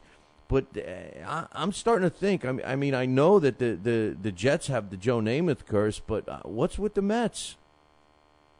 I don't know, Bill. It's like once they put that laundry on, they just they don't play like they used to. Again, it's about playing in New York.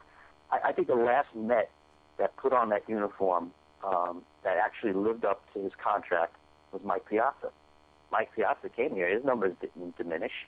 He still played and performed like the Mike Piazza that played for the Los Angeles Dodgers and the Florida Marlins.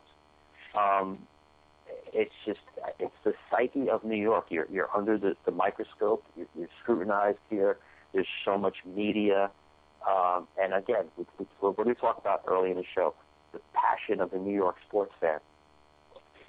They're just all over you. And some guys can handle the pressure, and some guys can't handle the pressure. And you refer to, Jose Reyes, losing him. Yeah, I didn't want to see him go. I didn't want to, Beltran, his contract is up. But let's look at numbers. Jose Reyes is batting 264 right now, and Tejada is batting 325.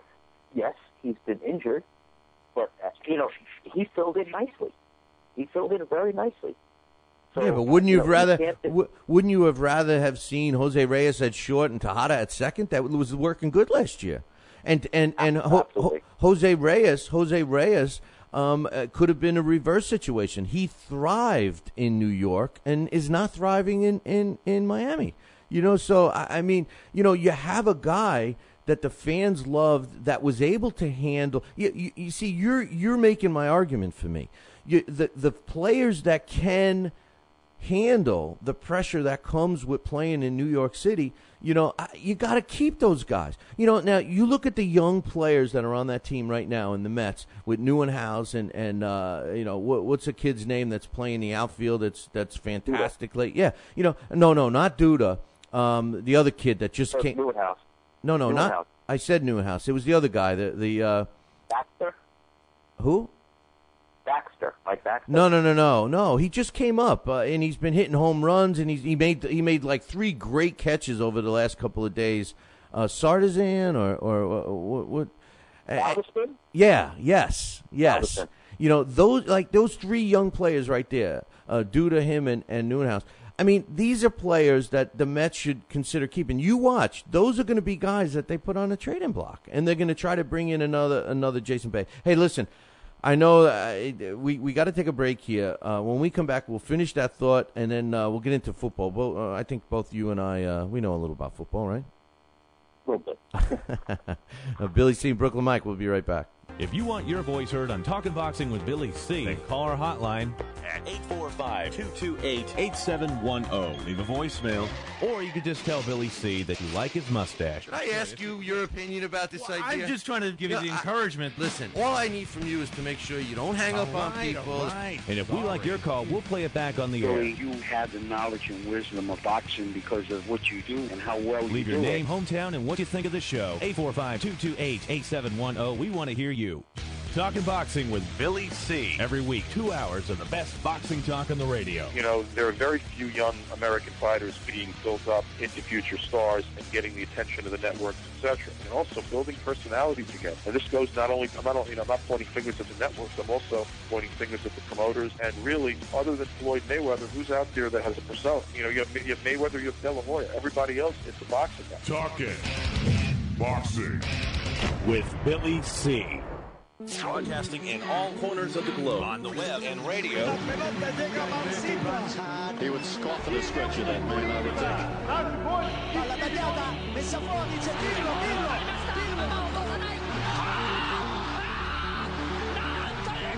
think. You're listening to Talkin' Boxing with Billy C. From upstate New York in the good old US of A. Boxing is here to stay because we are here to stay. The best 2 hours of boxing talk on the airwaves. Sweet Susie Q, she was a rebel, no angel wings, more like the devil. She was so hot, so cool, nasty, believe it or not, here's what she asked me. If you need love with no condition, And we're back. You're listening to Talkin' New York Sports with Billy C. and Brooklyn Mike. And just before the break, Mikey, I got to let you respond at least. I'm going, when we start talking about Mets and talk about being passionate fans, I mean, this is what New York sports is all about. I mean, we're not the only 2 guys like this. Everybody, I think every New York sports fan could get riled up over any little thing, right? Absolutely, especially guys our age, because that's how we were raised. You're raised to love one team and hate the other. So, like we said before, the new generation, I don't think is as passionate as our generation was. But they're a little bit out there. There's no doubt. There's no doubt. Well, they're the ones that have the money because you can't afford to go to these damn games anymore. You're talking about baby and pitchers, right? In that era, you could buy a ticket to a baseball game for $5, and you could get a beer and a hot dog and maybe spend $8. Now it's $18 for a beer, $18 for a hot dog. If you get into the stadium for under $100, you're doing good. It's crazy. It's the game has changed immensely, and really it's changed in the last 10 years. Yeah, there's no doubt. I mean, I remember when the All-Star game meant something. I used to love watching that. And but today, there's a few reasons. It's not to say. Number one, we're older. We don't have idols anymore. As a kid, you have an idol, and you like to watch this idol and emulate him. You grow up, you don't have that anymore. Now when you watch, you're just rooting for your team. Also with the media, you see any game you want to see. If you're living in Seattle and you want to follow the Mets, hey, you can watch every single Met game. And also what I think has hurt the game, and you may disagree, but I don't like interleague play. I think it takes away from when these teams actually meet in the World Series. I don't know what your thought is on that. Well, like you, I don't like it because the Mets can't beat anybody in the AL. Every time they play the Yankees, they get killed, But yeah, I agree with you. It's become a lot more commercialized, and to be honest with you, I was a long-time New York Jets season ticket holder. As a matter of fact, I held the tickets for 32 years, and I just recently gave them up when they went to the new stadium, only because, for two reasons. Number one, the price became outrageous. I mean, it wasn't cheap to begin with, but it became outrageous. And to be honest with you, I like the experience of watching it from home. I like the replays. I like, not that you don't see it on the big screen, but you know what? I don't like to be, sandwiched next to another guy. And speaking of sandwiches, if the guy's eating a sandwich I don't like, it's like waved in front of my face, And Giants, which used to be Giant Stadium, one of the big knocks on that was that, you used to be shoulder to shoulder with the people next to you. And one of the promises that they made with the new stadium was going to be that you'd have more room, and you don't. It's the same. I mean, it's a joke, and that's a good segue. Let's talk a little about football. I agree with you. We're already running out of time. I told you that this was going to go fast. We'll get into some other stuff next week, but let's talk a little about football. Jets and Giants. Giants, unfortunately, Super Bowl champions for both of us. Congratulations to them again. As far as I'm concerned, they were a team that, as much as I hate the Giants, I can't say they didn't deserve it, Mike, because, they weren't the best team that got into the playoffs, but they certainly were the best team from the playoffs on. They won the game. They got the title. What are they doing now? I haven't heard anything about the New York Giants. I mean, do they try to keep the team intact and make another run? Do they have a chance at that? What's your thoughts?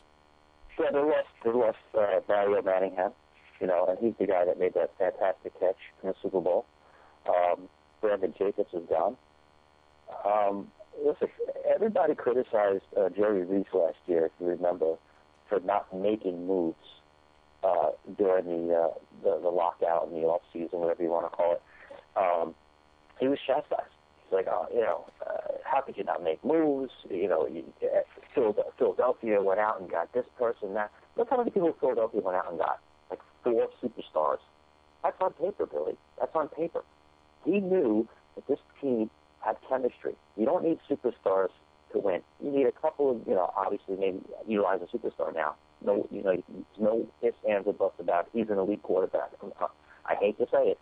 I was never an Eli fan. I'm not a Giants fan. But the guy is a proven winner.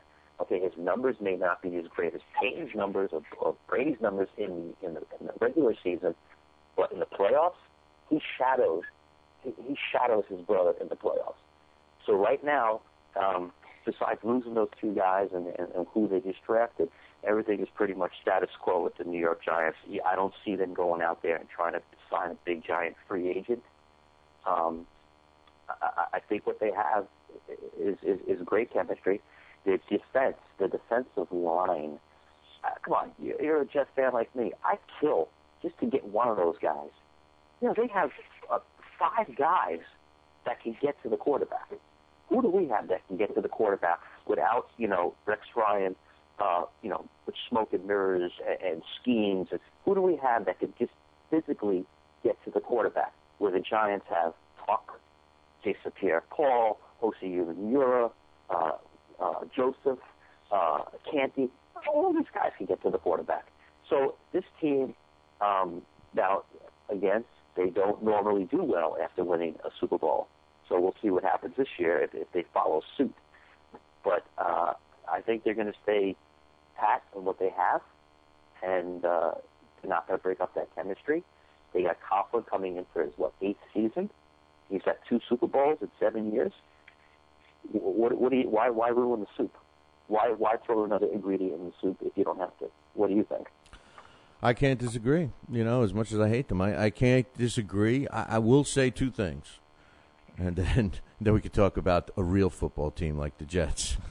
Eli Manning, he's got to be the luckiest quarterback I have ever seen in my life. Now, I'm not taking away his talent because he obviously can. Yeah, he obviously can throw.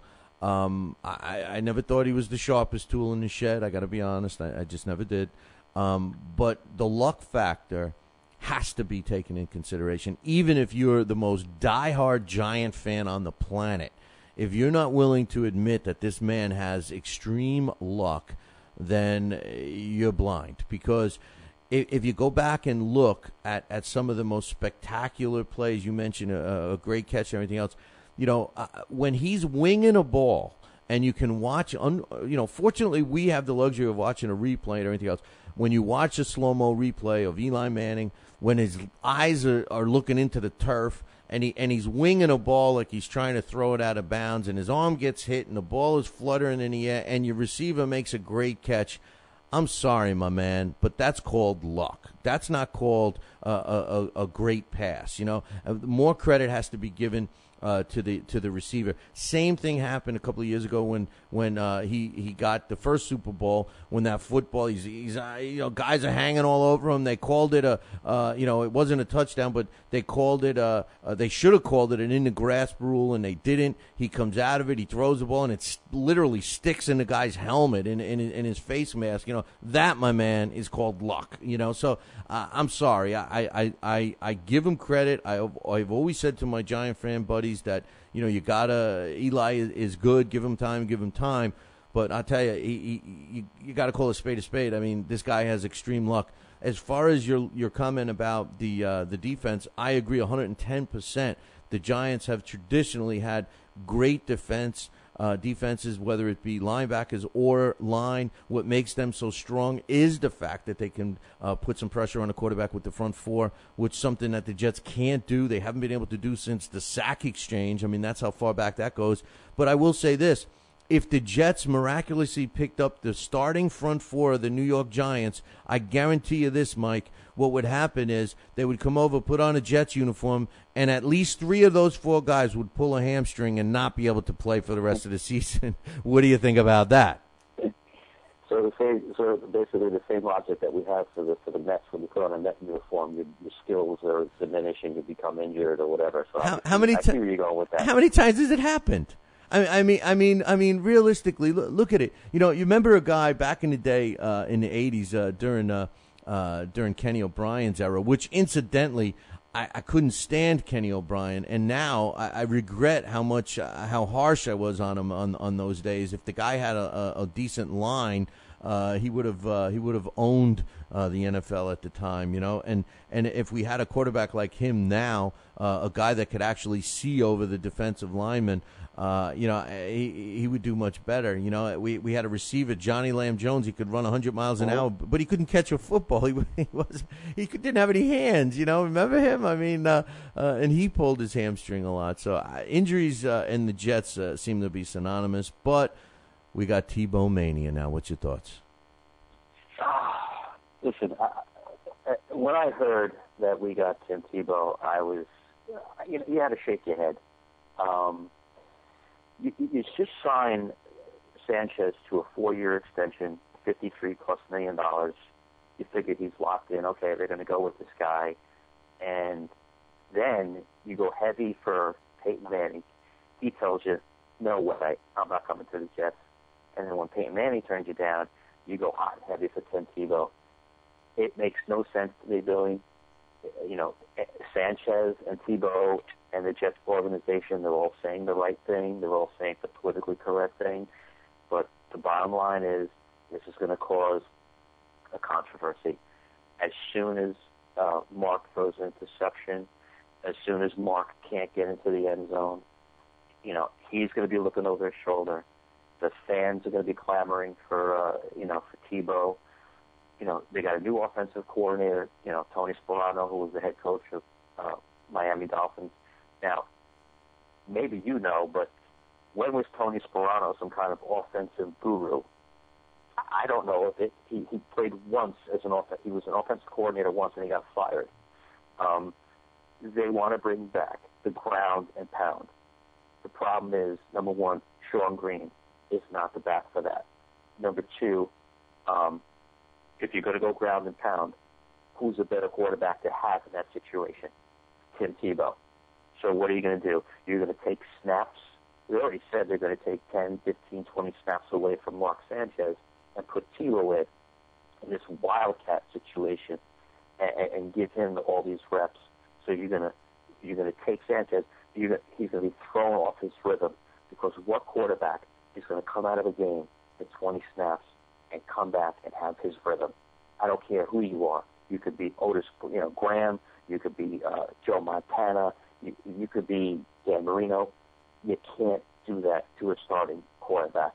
So this is just, to me, it's an utter disaster. It's going to be a problem. And I have a bet in my cousin. I'll tell you right now. He says, there's no way that Tebow's going to start any games this year. And I said, are you kidding me? Even with a healthy Sanchez, you mark my words, there's going to be a day when they're going to say, you know what, it's not going so well. We're going to bring in Tebow, and he's going to start the game. So I am not a fan of this. Plus the fact that if you read the papers now, he's now doing like just jiu-jitsu and all this nonsense, and they want to put 20 pounds on this guy. The guy already can't throw, okay? And now you want to add 20 pounds of muscle to him?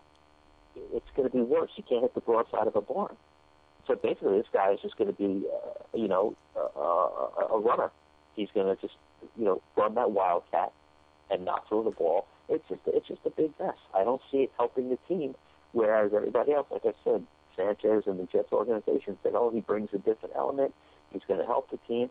They're just saying the right thing. And I ask you this, when's the last time you saw a team that ran the wildcat that won a Super Bowl?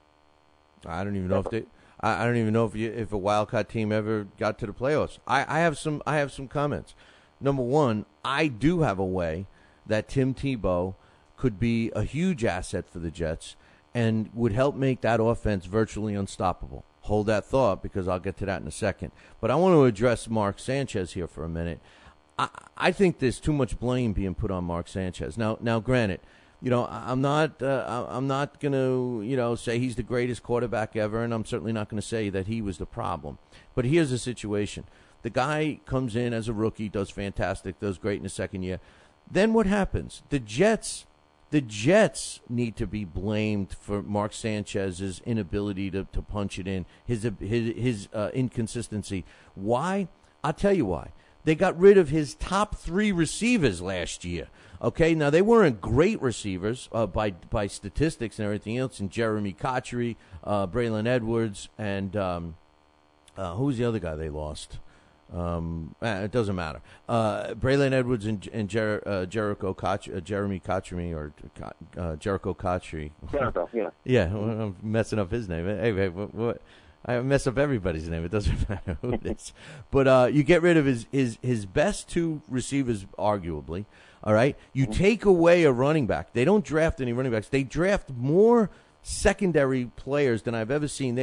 Every time they go to the draft, they stockpile secondary guys and they forget about the offense.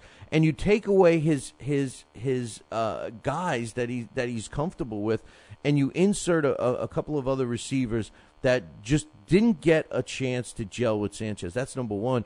Number two, you didn't improve the line. As a matter of fact, the line got worse, okay? So here's a guy that's 6'1", all right, and he can't even see over his line, and you got him scrambling around in the backfield trying to, see his open receivers, and he's looking for guys that he doesn't know, and the continuity wasn't there. It was not Sanchez's fault.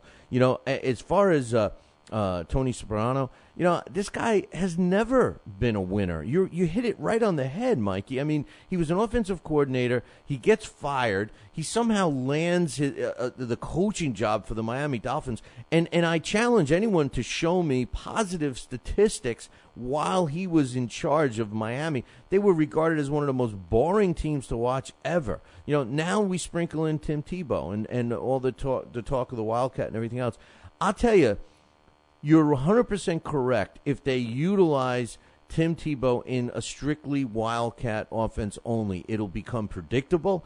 It'll put this guy in a position where you're also right. The guy can't throw a screen pass. He's become a little more accurate with the deep bomb, but he can't throw a screen pass. So he's not really a passer. So you got a guy in a running situation. Here's my thought about how the Jets offense could be unstoppable with Tim Tebow right now, and I'll tell you how, and you give me your opinion. Number one, I would line Mark Sanchez up. I'd have them both on the field at the same time. If all of a sudden they said, Billy C., you're the offensive coordinator, what would I do? I would take and I would put Mark Sanchez as my quarterback. I would have him line up in the shotgun. I would never have him take a snap from the centers behind again. I would have him lined up in the shotgun. I would position Tim Tebow in what they call the pistol formation at the same time. Now, just to remind the viewers and listeners, a shotgun is generally 5 to 7 yards back from the line of scrimmage. A pistol formation is when the quarterback lines up from 3 to 5. It's slightly closer. I would have Tim Tebow line up off to Sanchez's right in the pistol formation, 3 yards back from the line of scrimmage. Then I would set up their running back, whether it be Sean Green or whoever, in a regular running back, like a double running back set to Sanchez's left behind him. Okay, that's my backfield, and then we could have a receiver to the right, receiver to the left. Okay, what that would do is that would make the defenses have to key on Tebow. We would be guaranteed that somebody would be shadowing Tebow. And what that can do is that would open up a lot of things. The center could snap directly to Tebow. The center could snap to Sanchez. He could pitch it to Tebow. Tebow could run out for a pass it to Tebow. Sanchez could take the ball, hand it to Sean Green. He could pass it to a receiver. The options are endless. But every single snap of the ball, we would be gaining the advantage because the defenses would have to key on Tebow. You would have to. Just for those reasons you said, Mikey, because he's 250 pounds right now, he is a runner, he's a strong kid, and if you don't key on him, he is going to rip 5 to 7 yards every time he touches the ball. What's your thoughts on my brainstorm? The problem with that is that, Forget it, I'm hanging up on you. Right away, there's a problem? Come on, man. There's a problem. The problem is now how we've run our defense with smoke and mirrors. Now you want to bring smoke and mirrors to our offense. And you don't think defensive coordinators are going to catch on and figure this out? Wait a minute. How do you stop it? If you have those options, and remember, this is strictly a personnel situation because you got to give Tebow credit for being a talented guy in that position. And yes, you know what? You're right. Smoke and mirrors, misdirection offenses in the history of the sport have been successful. How do you stop it when you have that many options where you're constantly wondering who's going to take the snap, number one? You got to watch a guy like Tim Tebow, who's basically a glorified running back in this idea that I have.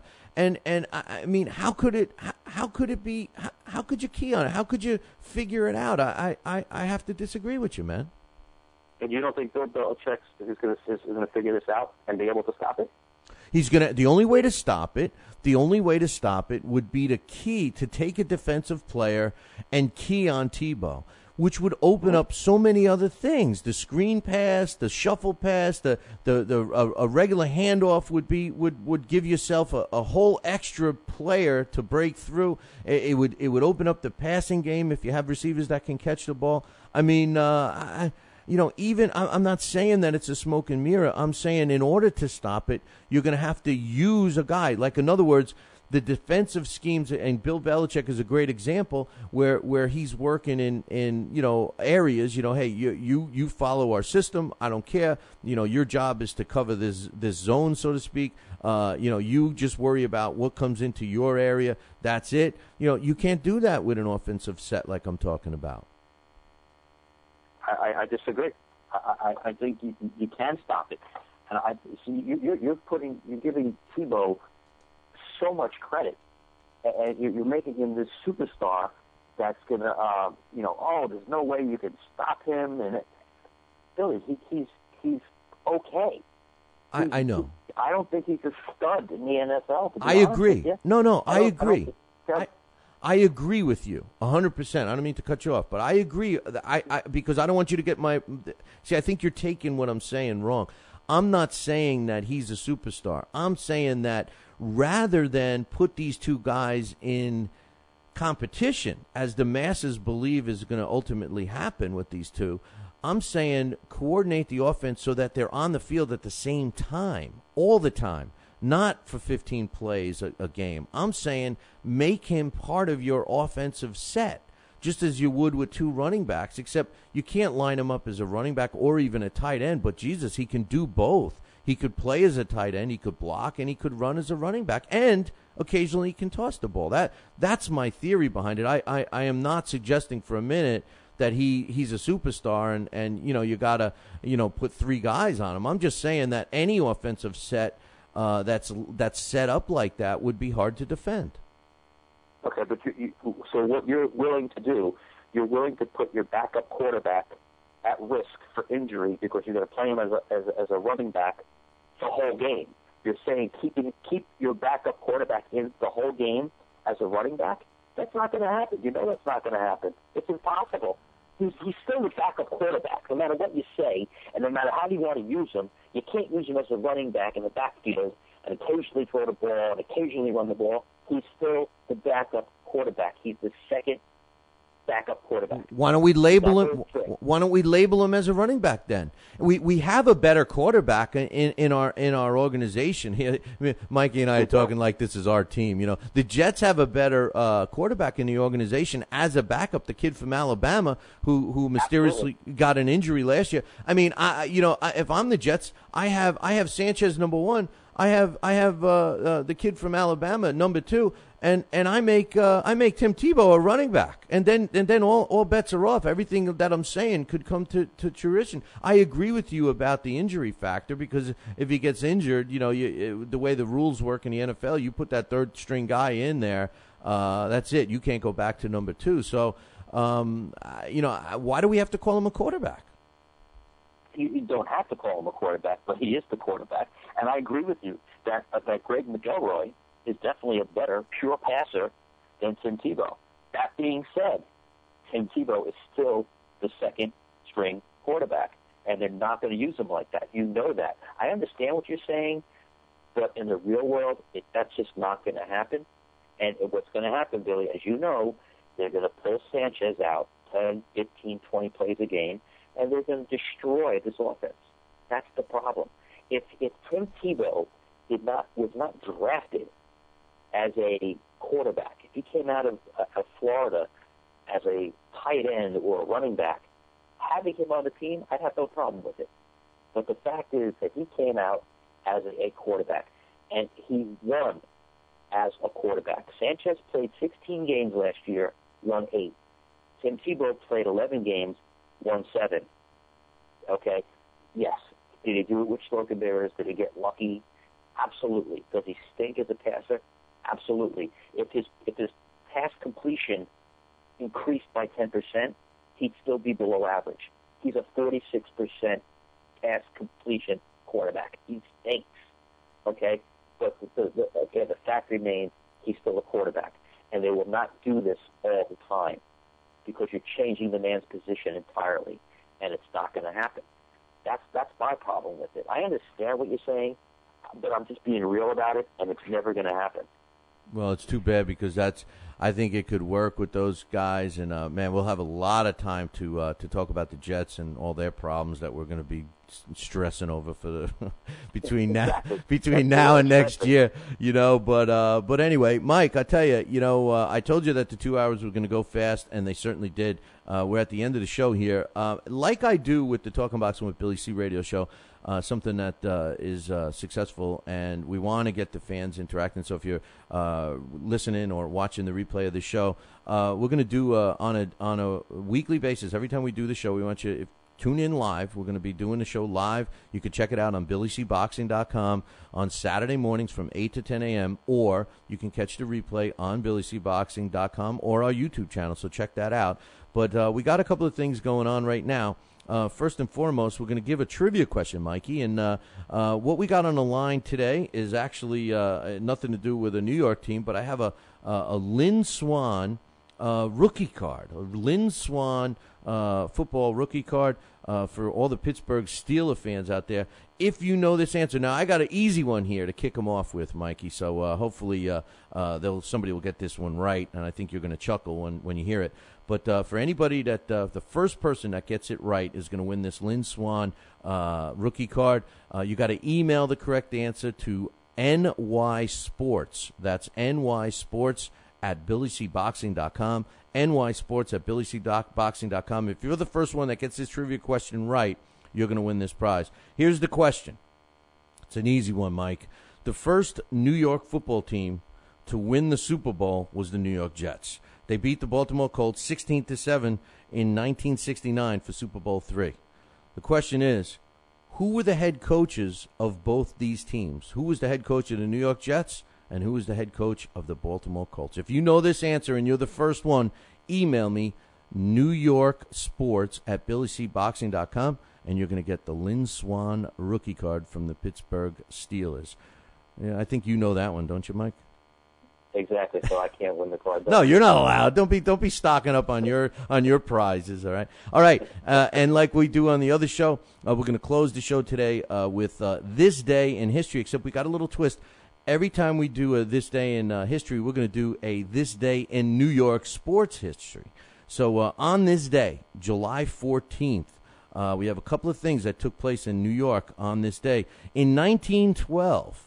Rube McQuard of the New York Baseball Giants.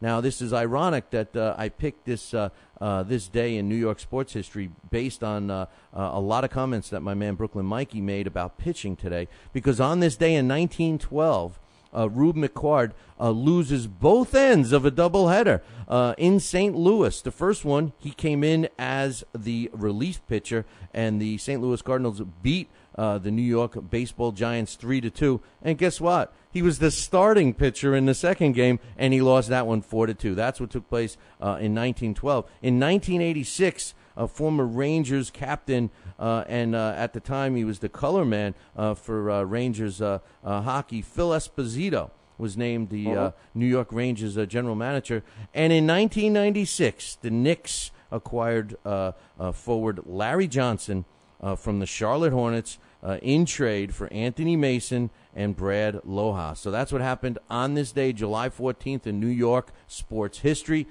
I'm Billy C. I'm joined with my man Brooklyn Mike, and we're glad you joined us on this inaugural Talking New York Sports with Billy C. and Brooklyn Mike. Me from Lake George. Mikey, you want to sign us off, brother? I just want to thank everybody for listening in, and next week I will definitely be online, and I'll be in the chat room. Unfortunately, I didn't have the internet access this weekend, but I'm looking forward to next weekend, talking to everybody in the chat room, and to continue our New York sports talk. All right, brother. Hey, until next week, ciao, baby. Ciao.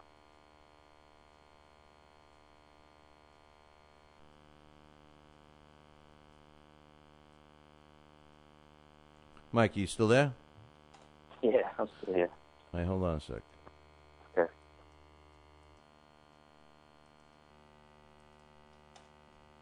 I just wanted to make sure we're off. which we're not.